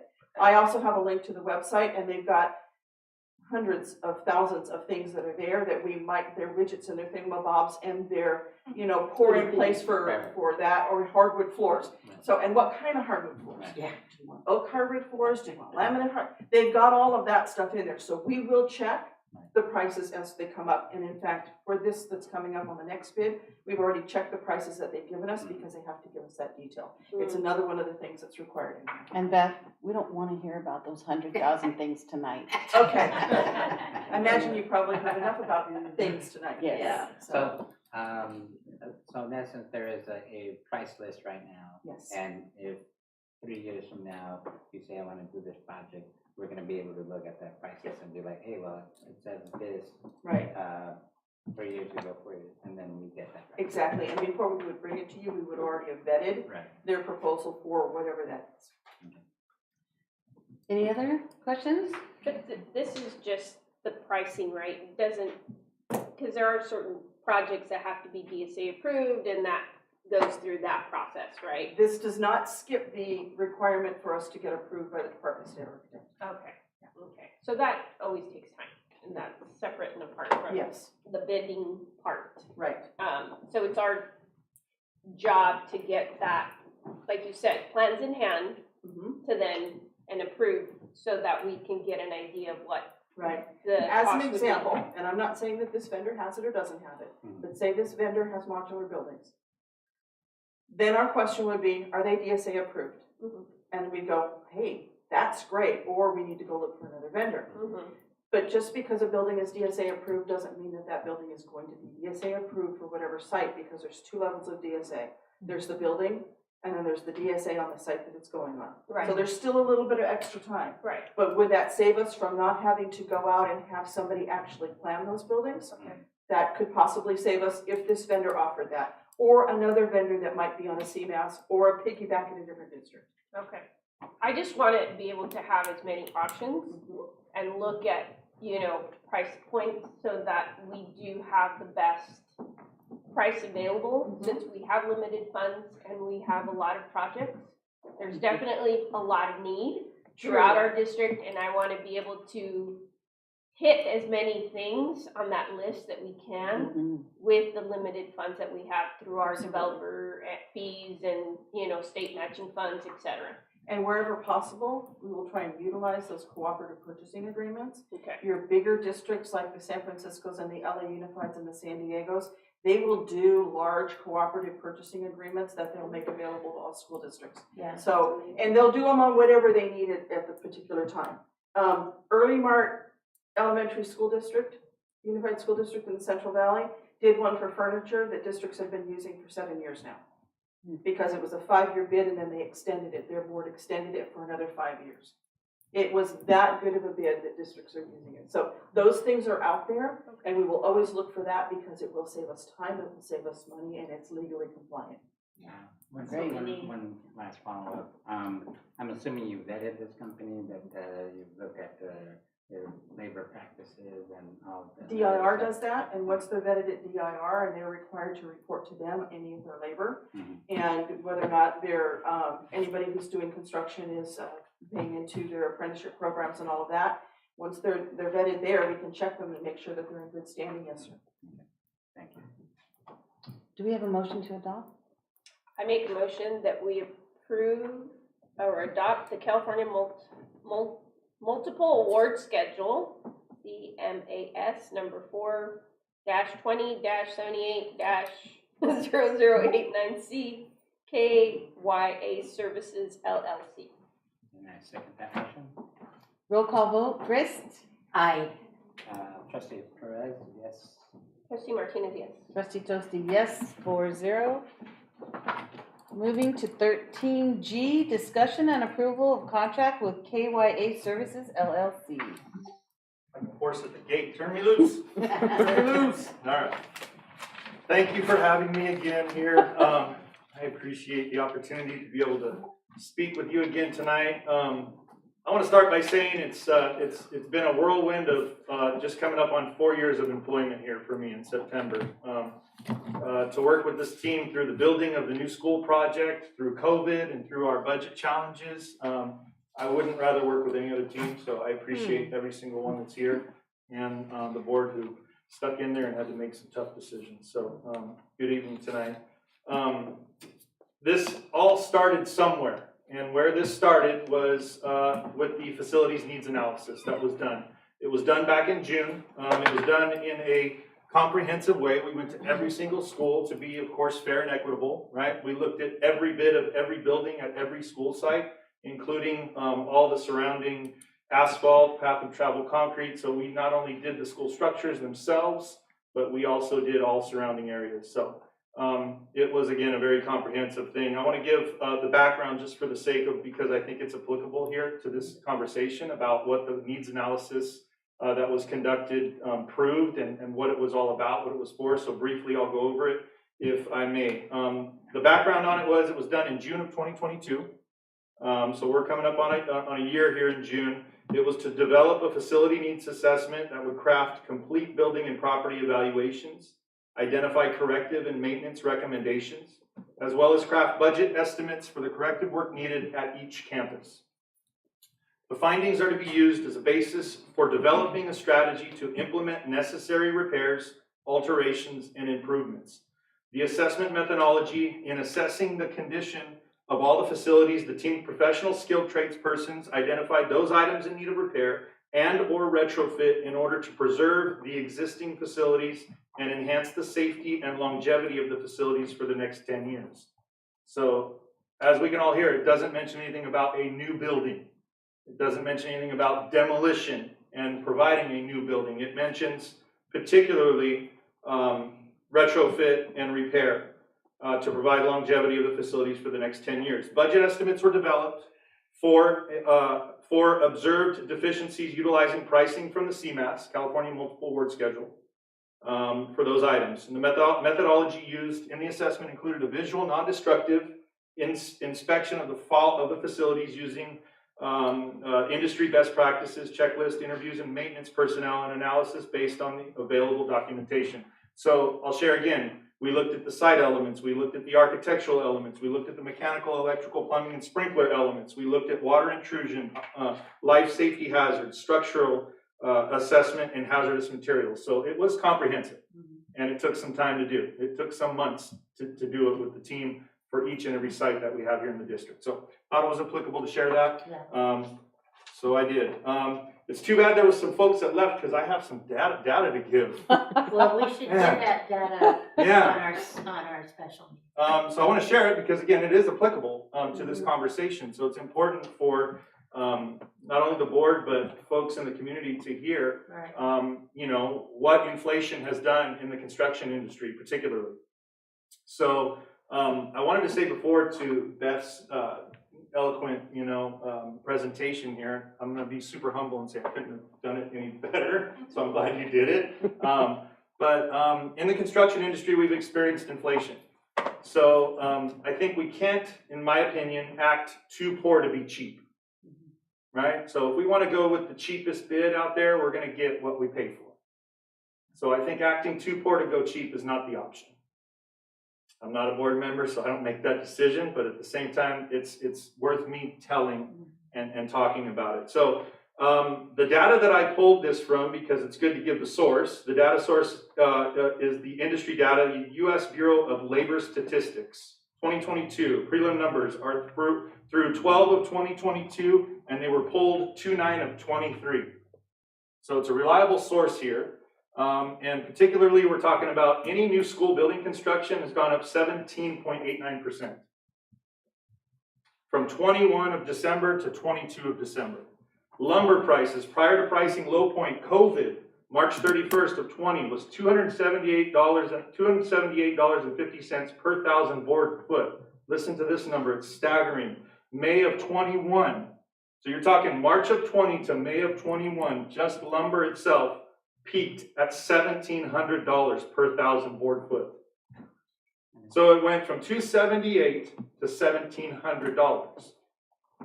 Update, 1/9 of 2023 was $379.90. Update 2/9 of 2023, $452.40. So you're talking 1 month to the next month, right, of this year, right? A 20% increase in the last month. So that's that number. Concrete, let's talk about concrete. 11% year to year, December of 21 to 22 increase. Roofing, 21% year to year, December 21 to December of 2022. Electrical, 12.2% year to year, December 21 to December 22. Plumbing and HVAC, 15% year to year, November 21 to 22. So there's the data. There's the increase. There's the inflation. So the building industry is taking a hit. So if we're talking COVID and other things, yeah, we're still coming out of that. So then you talk procurement of products and materials, right? So if I'm going to speak to the CMAS and say that's the best option for this district, from the facilities director, you know, to whoever will hear me, because if we're talking about best value and we're talking about speed, and we're talking about a vetted contractor, general contractor, it covers all the bases, among a whole lot of other things that Beth mentioned. So I just wanted to give that little plug because it's important to me. And yes, I have looked into other folks who have given me bids, and I can share those with you. So I do my due diligence and looking out and not just going. I don't have any friends that work for any contractors around here. I don't have any family members. I don't have anybody that I'm acquainted with other than just building the relationships with the folks who are going to give us best value, but yes, yet are also vetted. So, anyways, so if we're talking also, let's see what else I have for you. So I'll get right into the. Is there any questions about what I just mentioned? Yeah, go ahead. My concern here under conditions and more. It says number 1, proposals. The above proposal is valid for 30 days from the date was set forth above. After 30 days, we reserve the right to increase prices due to the rising cost of raw materials, fuel, and other increases. When applicable, KYA Services LCC reserves the right to implement a surcharge for significant increases in raw materials, including but not limited to fuel and materials due to the duration of time between proposals, contract, and final furnishings. KYA Services LCC reserves the right to implement these surcharges when applicable. Any job that is accepted prior to December 31st of the current year and scheduled to be installed after the 31st of the current year is subject to a pricing. So that right there is a little scary because that's not preventing them from changing their prices. So I'll answer it this way. They can reserve the right, but we can choose for them not to be able to exercise the right. Because we as a district have the option to either go with or not go with a particular contract, whether it be Kaya or whoever it is, right? So, and I'm just gonna put it out there, being in the construction industry my whole professional life and seeing things and doing things. When you build relationships with folks out there, they can reserve the right, but they won't exercise it because of the relationship and because of the fact that they want to do the work as much as you want them to do the work. So, did that answer your question? Yeah. Okay. Any other questions about any of this? Yeah. Okay, so I had a question on this contract, because it says on the top of the page, it says site Sarah Vista Elementary.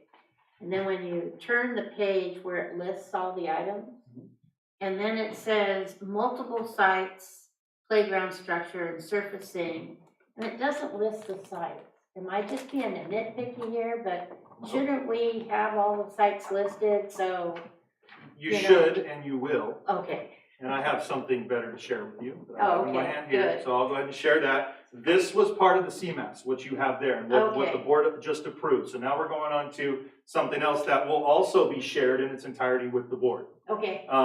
Because we haven't awarded any contract to anyone. We have received a proposal. We've Right. received a number, and then we received what's attached to that is the scope. And in the scope, I'm going to share with you right here, it mentions 7 schools. And I'll mention those 7 schools just for the sake of it being important and public and everyone else hearing it. Sarah Vista, Sunny Slope, HDLA, Hollister Dual Language Academy, R.O. Hardin, Calaveras, Ladd Lane, and Hollister Prep School. So within that scope, there's a number, right? There's a number, a total. But I need to mention to you that there are 7 total school sites that are here. There's 1 new play structure that's going to be installed at Sarah Vista. There are 3 sensory walls that are going to be installed at select sites.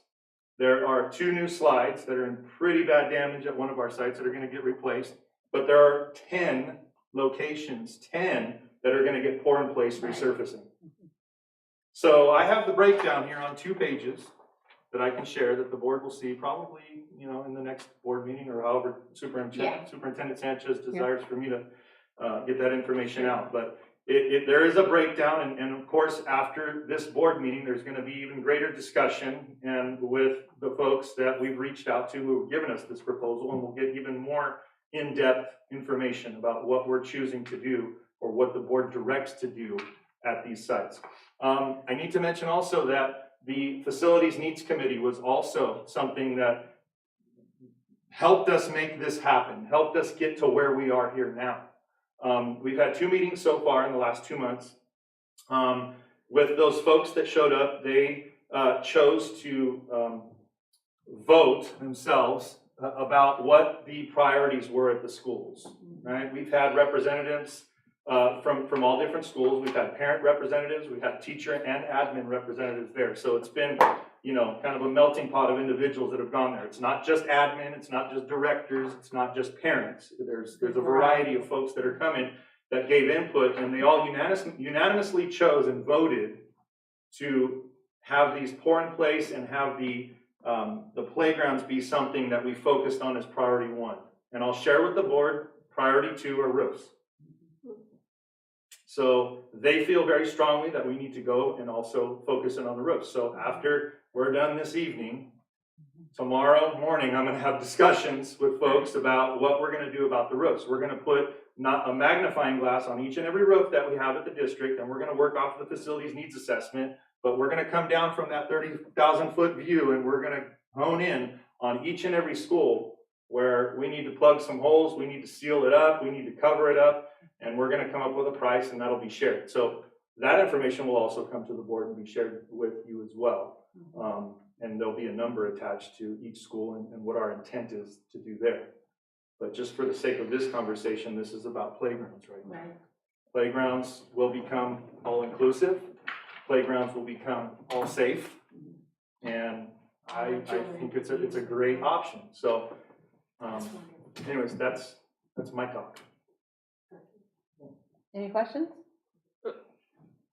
Do we have to make a motion on this? Yes.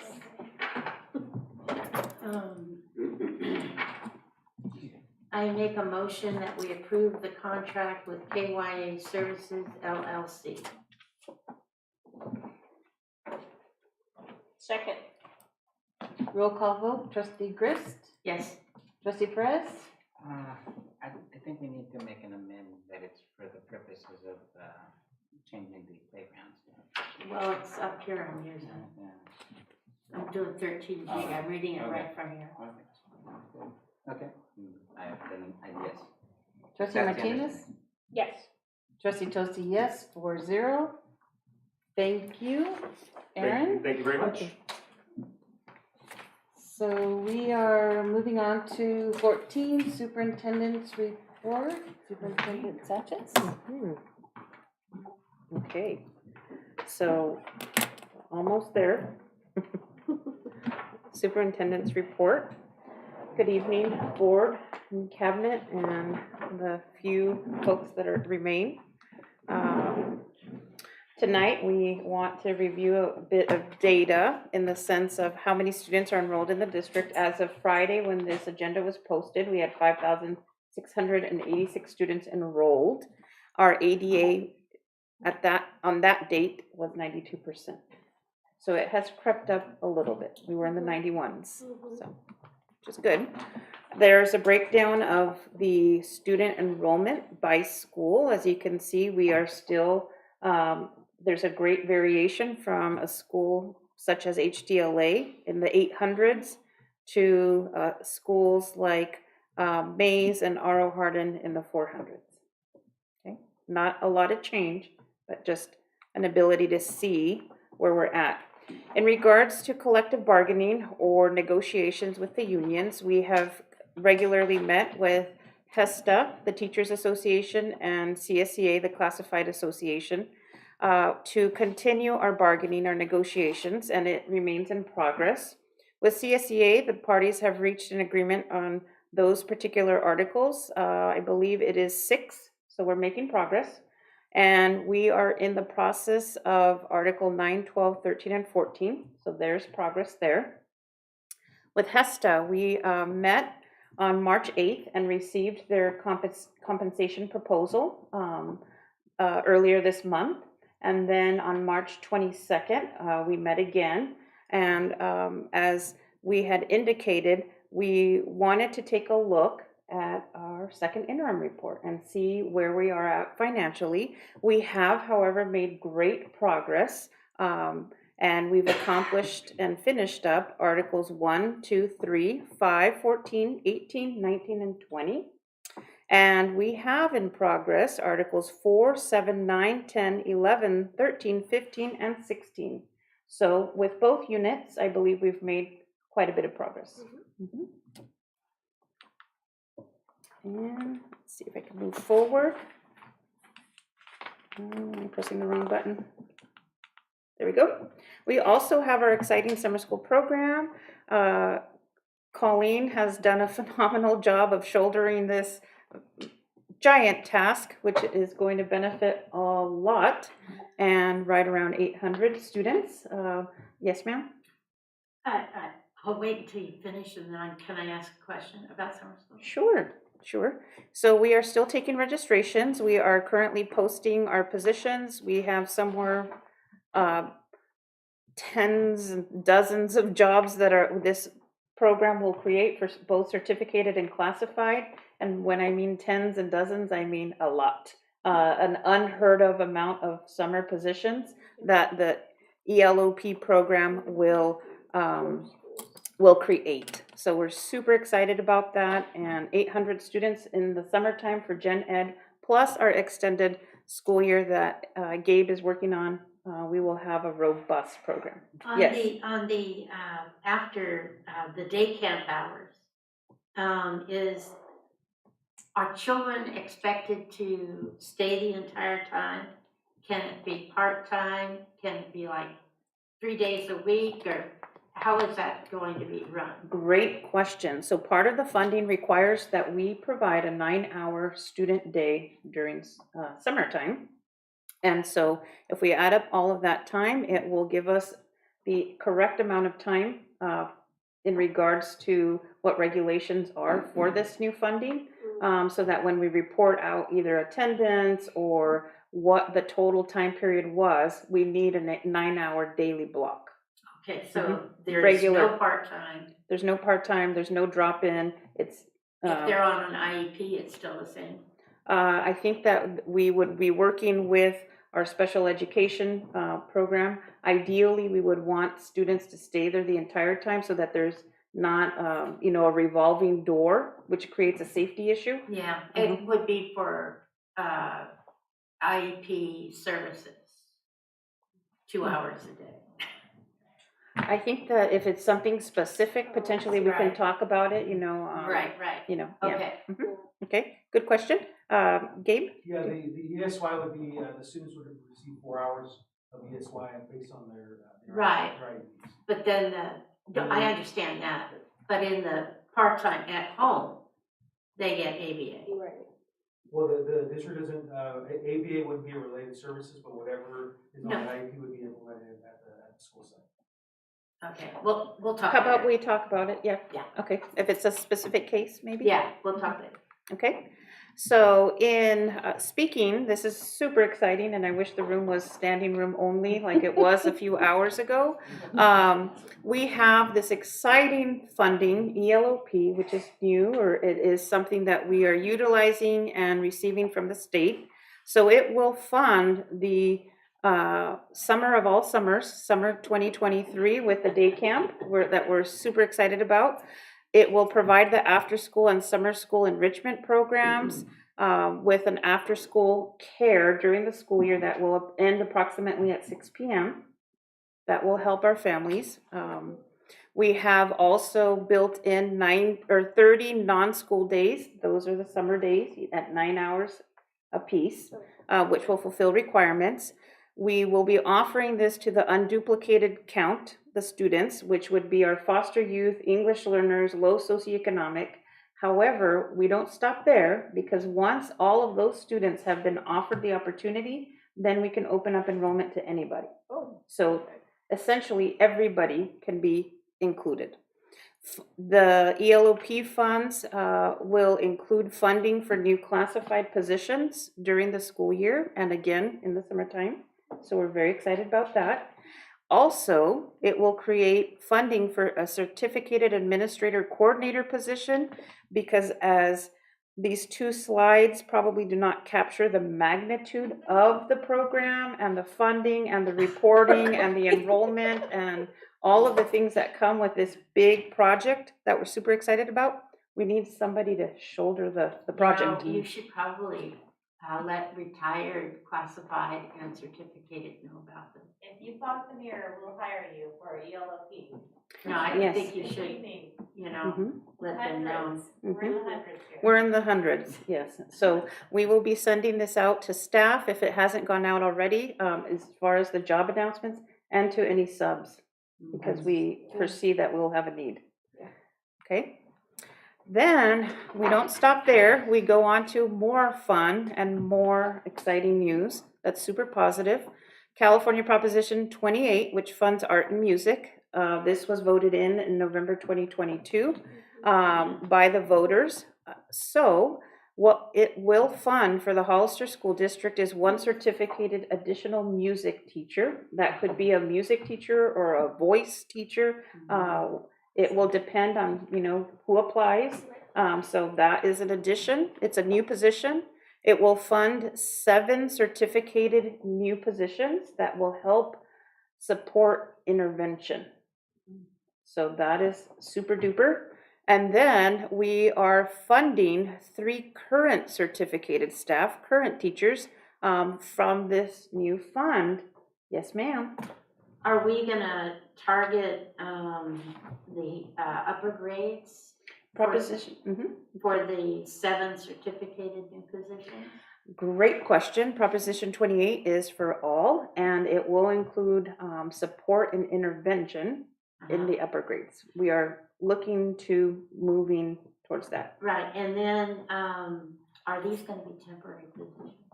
Proposition 28 was voted in, so it would take the voters of California some measure to vote it out. But, okay, I'm just thinking 10 years down the line, we're not gonna know that these teachers were hired under If there's some coding source in the business department, but I'm not I can't foresee politics in California Right. 10 years down the line, but very good question. Very good question. Right. Okay. Intervention support. We are excited that bottom corner is the article that was published in R.O. Hardin that I spoke of earlier. So to recap, LCAP and Prop 28 funds will result in additional staff on all campuses, really, to support school-wide interventions. The allocations are determined by the site's overall enrollment and the school's unduplicated count. So when we talk about equity, we're putting the money where the need is. We look at where the English learner populations are, the low socioeconomic, where the vast majority of enrollments are, and it's a formula. So we're applying it in an equitable manner based on all of those factors. The plan is to take the current models of intervention success, such as R.O. Hardin, Sunny Slope, and Sierra Vista, and expand on that foundation. They have done a phenomenal job, and we really want to replicate and tap into the best practices that exist within the district. The teachers are the experts. The classified staff that have been trained are the experts, and we want to work with them to share that wealth of knowledge throughout the district.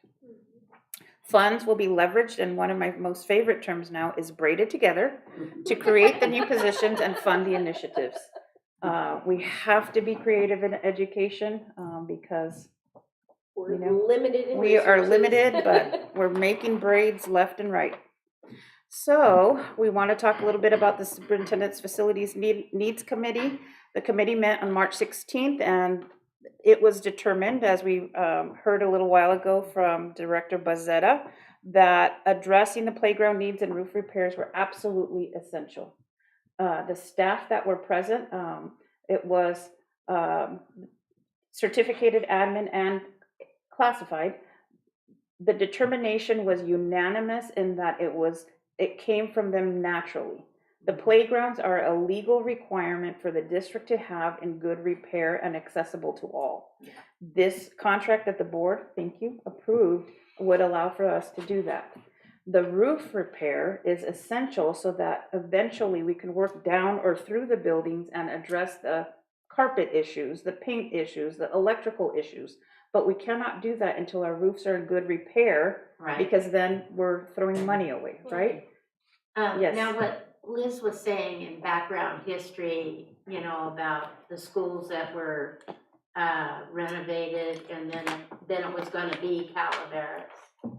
Is that history going to be shared then with the facilities committee so that they're aware of what initially was the district plan, so that they know that Calaveras should be at the top of the list? We've gone back a few years, and we will be sharing that information. I know that the Director of Facilities and myself have done quite a bit of research from 2015 on forward. We looked at previous CMAS approvals and so on, and so good. Getting all that background information is essential. In progress, also, I'm super duper excited to say that we have created a partnership that is budding right now with San Benito Robotics to create a pathway. That has been one of my goals as superintendent, but for all sorts of other reasons, we've kind of been sidetracked a little bit, to create clear and concise and efficient pathways to the high school. So this is one of them. We have $700,000 of Lego robotics that was purchased some time ago. Let's put it to good use and create that pathway to the robotics and engineering program at the high school. Colleen and I have met with some folks from San Benito Robotics. We're looking at It could potentially lead to a summer program for our students. It could potentially lead to a future partnership with ELOP after school. So we're excited. That's awesome.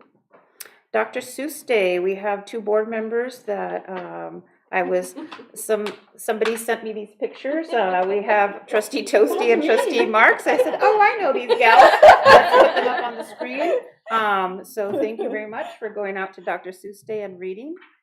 We also have our very own Colleen Myers that she probably still smells like pancake syrup. She was full of pancake syrup that day. So we appreciate the opportunity to go out. These pictures were from R.O. Hardin. I believe we spent part of the morning there partaking in the Dr. Seuss activities. Early literacy walkthrough at R.O. Hardin, that also happened in the last month. We've talked about it. We've shared pictures. Staff are doing a phenomenal job. We appreciate that. Absolutely. Student luncheon this month at Mays. We were able to serve lunch. It's they're getting to the end of the school year. It's one of their last luncheons, and we are super excited to partake in that and serve food to both staff and students. So we also this month participated in differentiated assistance. The screen or the picture at the top, the question in there is blurry, but we analyzed and found and talked about at length in a group activity the root cause of chronic absenteeism in the Hollister School District. That is what that picture is about. I wanted to make sure So that. what was it? Oh, all sorts of things. All of those sticky notes are different concepts and ideas that teachers and administrators are seeing on campus, and it is a cross-representation of elementary and middle school staff that are participating in this type of. Is busing one of them? Is Busing? there a correlation between when we stop all of the, how we used to bus everybody? I don't know how long ago that was. I know. We've had it's been a long yeah. time. I know that in I think 2019-20 we added a bus. We added a route. So I don't think we've reduced. I think we expanded a little bit in the last 3 years. Yeah. Well, COVID came into play, so that's kind of that is on one of those. It's a fishbone activity. That is one of those spines there. Future agenda items. So we wanted to talk about how to improve ADA and the 23-24 school year and how to build into the LCAP, which went along with the differentiated assistance conversation. And then I know Assistant Superintendent Ward, Kip, he has met with someone from the high school to talk about what trends are both districts seeing, what are both districts going to do about the declining ADA and how to improve it. So that is something that we have. I do want to thank everyone for everything they do. Tonight is an example of, I think, just district resilience. It is very tough to sit in meetings like this one that are long, 2 that are in the evening, and 3 that have so much passion. There's a lot of decisions that are being or will need to be made, and I think that together we will move this district forward, and I just appreciate the opportunity to work with everybody and with the board. So thank you. I apologize for my little outburst. I should not have done it. I thank you, Trustee Toasty, for putting me in check. All right, thank you. So 15, board member report. Trustee Grips. Okay, I wrote it down this time because I always forget. I went to the Geography B, the a group of kids that came from, there was Rancho kids there were Rancho Santana kids there, and Mays kids, and they all went for the first and second and third place. And there was about 10 or 12 of them. And so they wheeled them all out. And so we got to the top 3. And those top 3 then 2 weeks later, participated with other kids from other schools in our district, and we met at the gym, at the Mays gym. And there were parents there, students were there, really, really widely attended. And it was a lot of fun. And kudos to the history departments in the middle schools, and to Nicole Filkins and to Dr. Myers for helping this get together. And it was just a real enjoyable afternoon, 2 afternoons. And I also attended the Mays Luncheon, and did the meeting with Trustee Perez on the AAA move. And I went to the awards assembly at Rancho Santana for, I sat through 1st through 3rd grade, and my grandson got 1 for PE.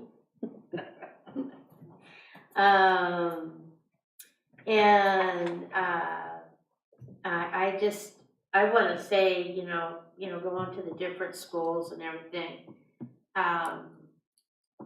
what a pleasure it is. And everybody's working hard, and I wish we could give everybody lots of money. But I just want to say again, thank you to the students, the parents, the staff. We got a lot of neat kids and a lot of good learning that's going on. And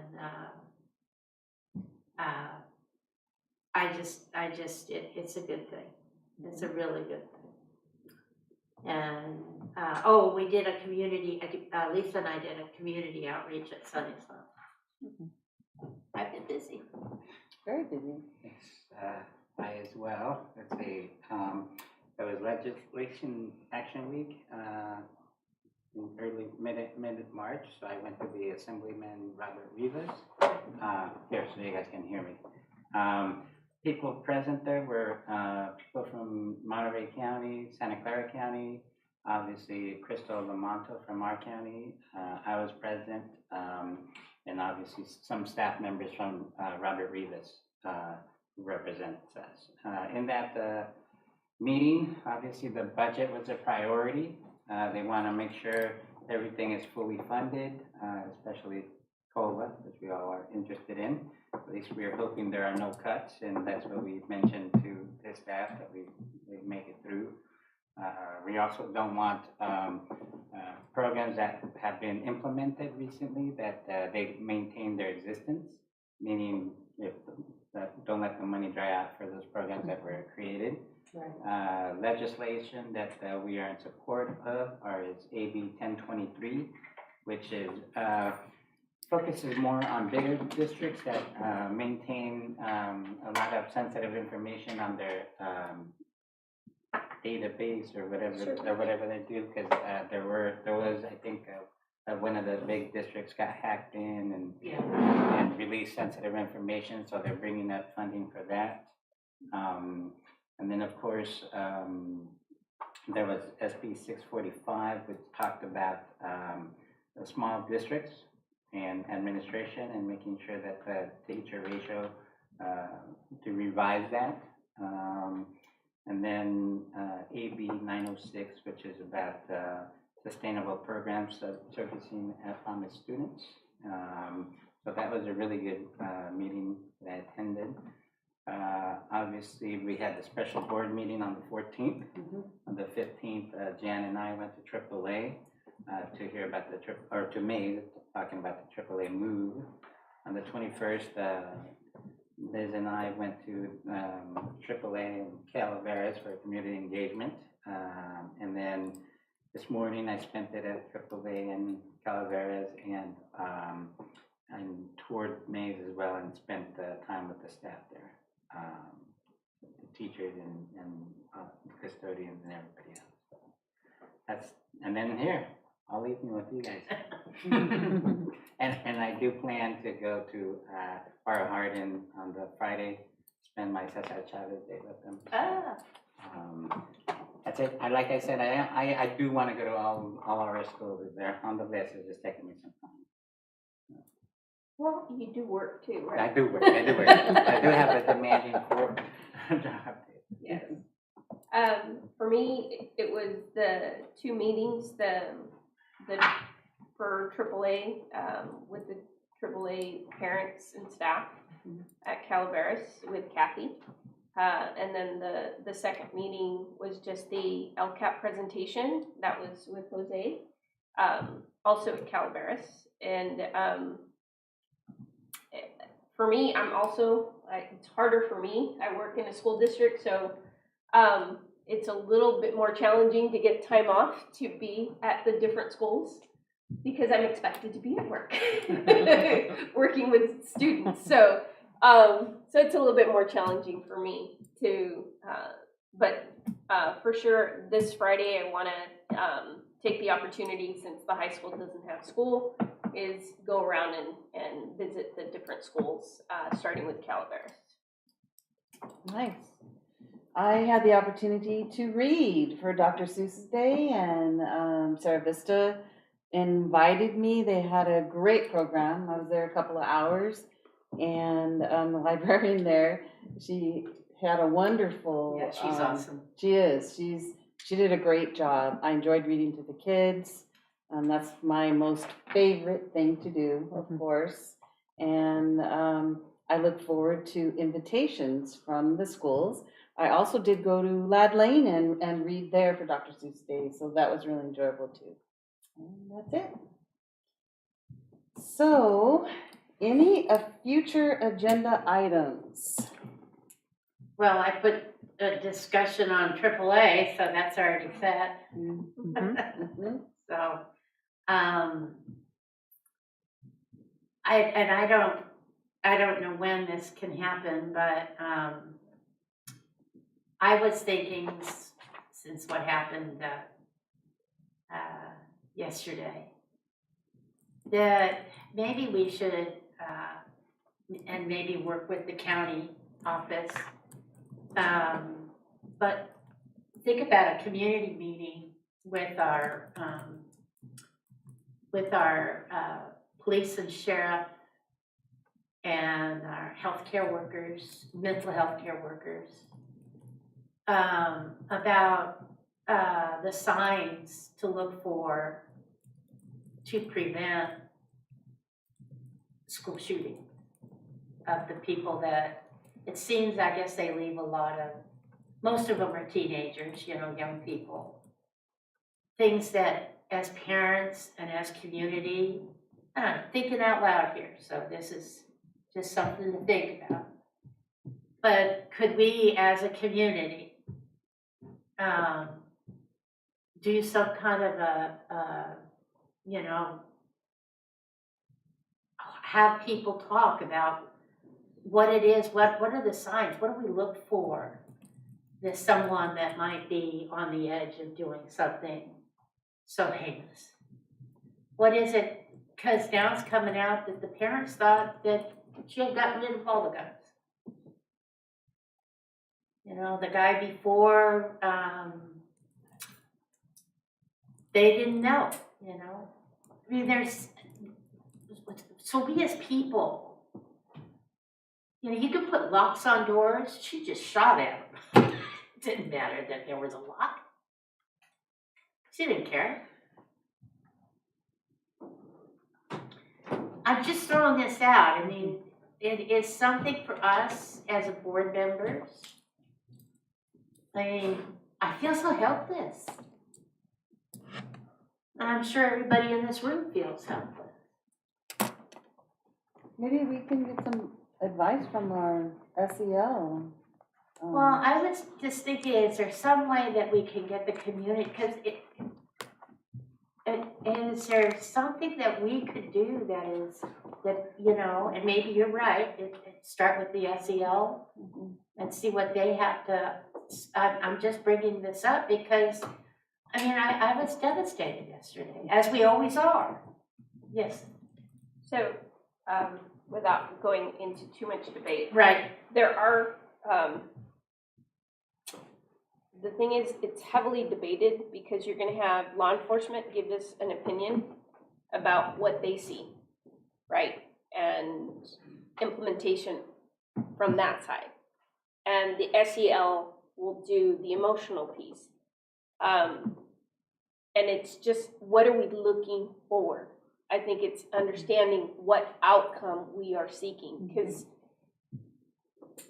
I understand, every school shooting is, you're always worried about, will that happen here?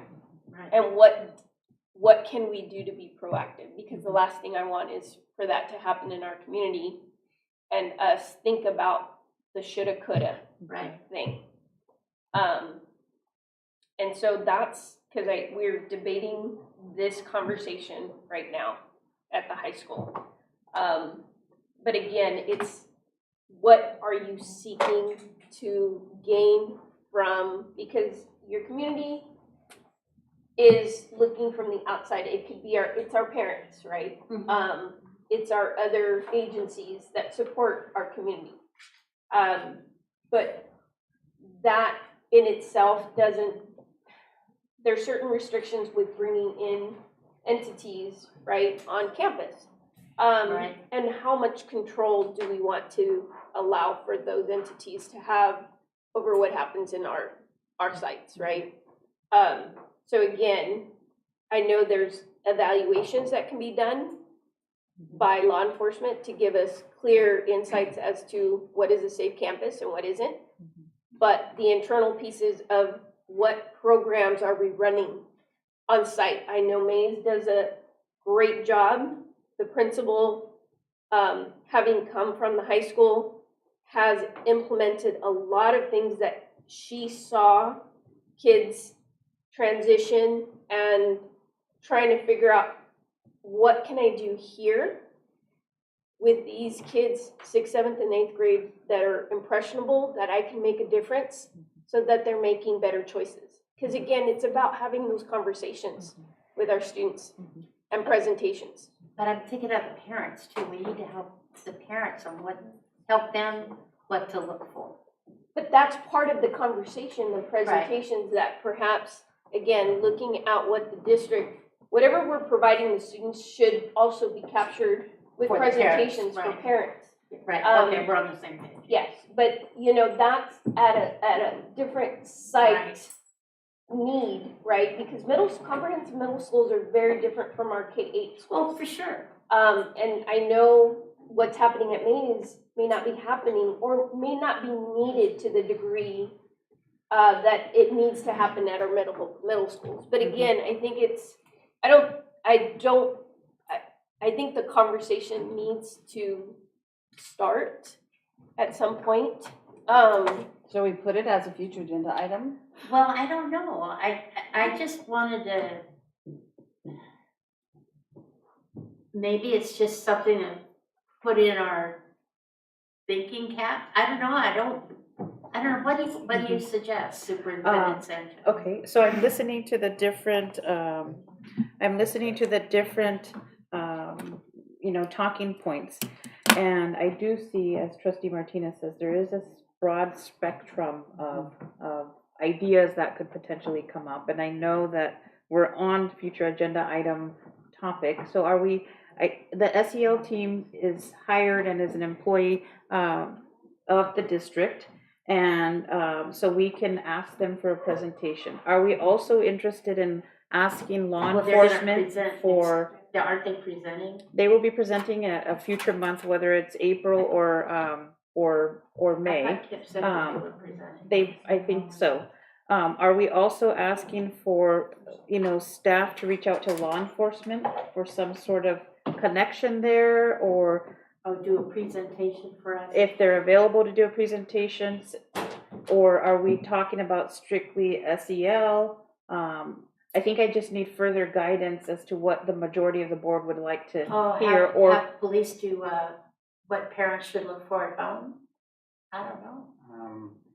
I know there's a lot of different things going on out there. I know that there is some programs that are actually peer oriented, because you know, peers tend to open up to other peers, like I think Mr. Santiago, who talked about what happened with his child in middle school, or you know, he found the support among his peers. I know that there are some programs out there where peers are being the supportive ones, like, hey, come talk to me, and they become the leaders and the sharers. So I know there's programs like that we could definitely contact and ask for presentation there. Obviously, also talking to some of the staff.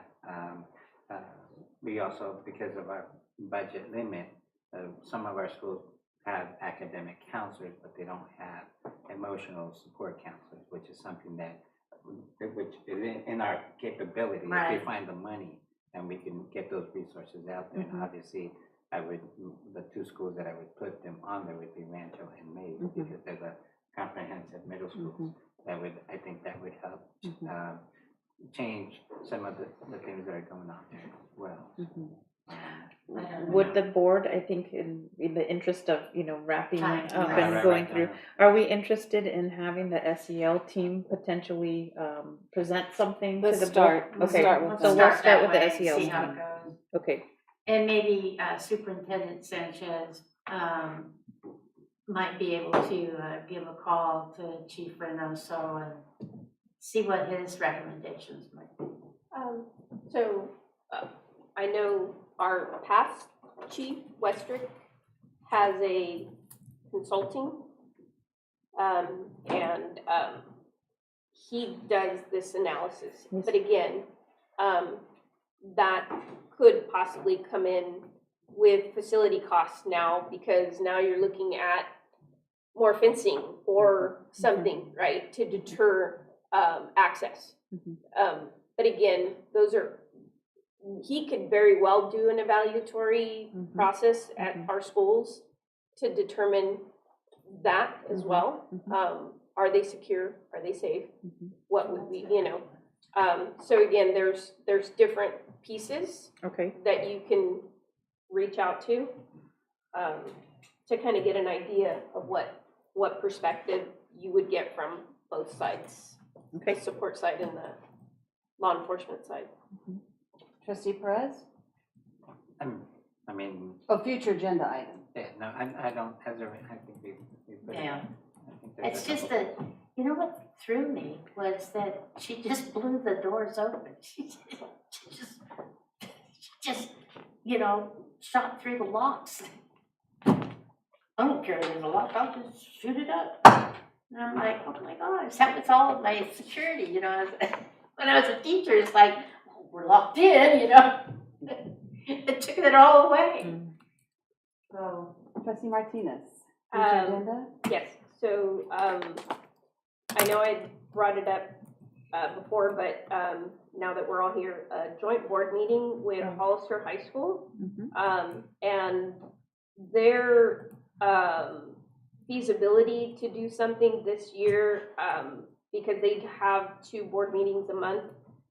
They were looking at May 16th, which is a Tuesday, so it is in between, it's before our regular board meeting.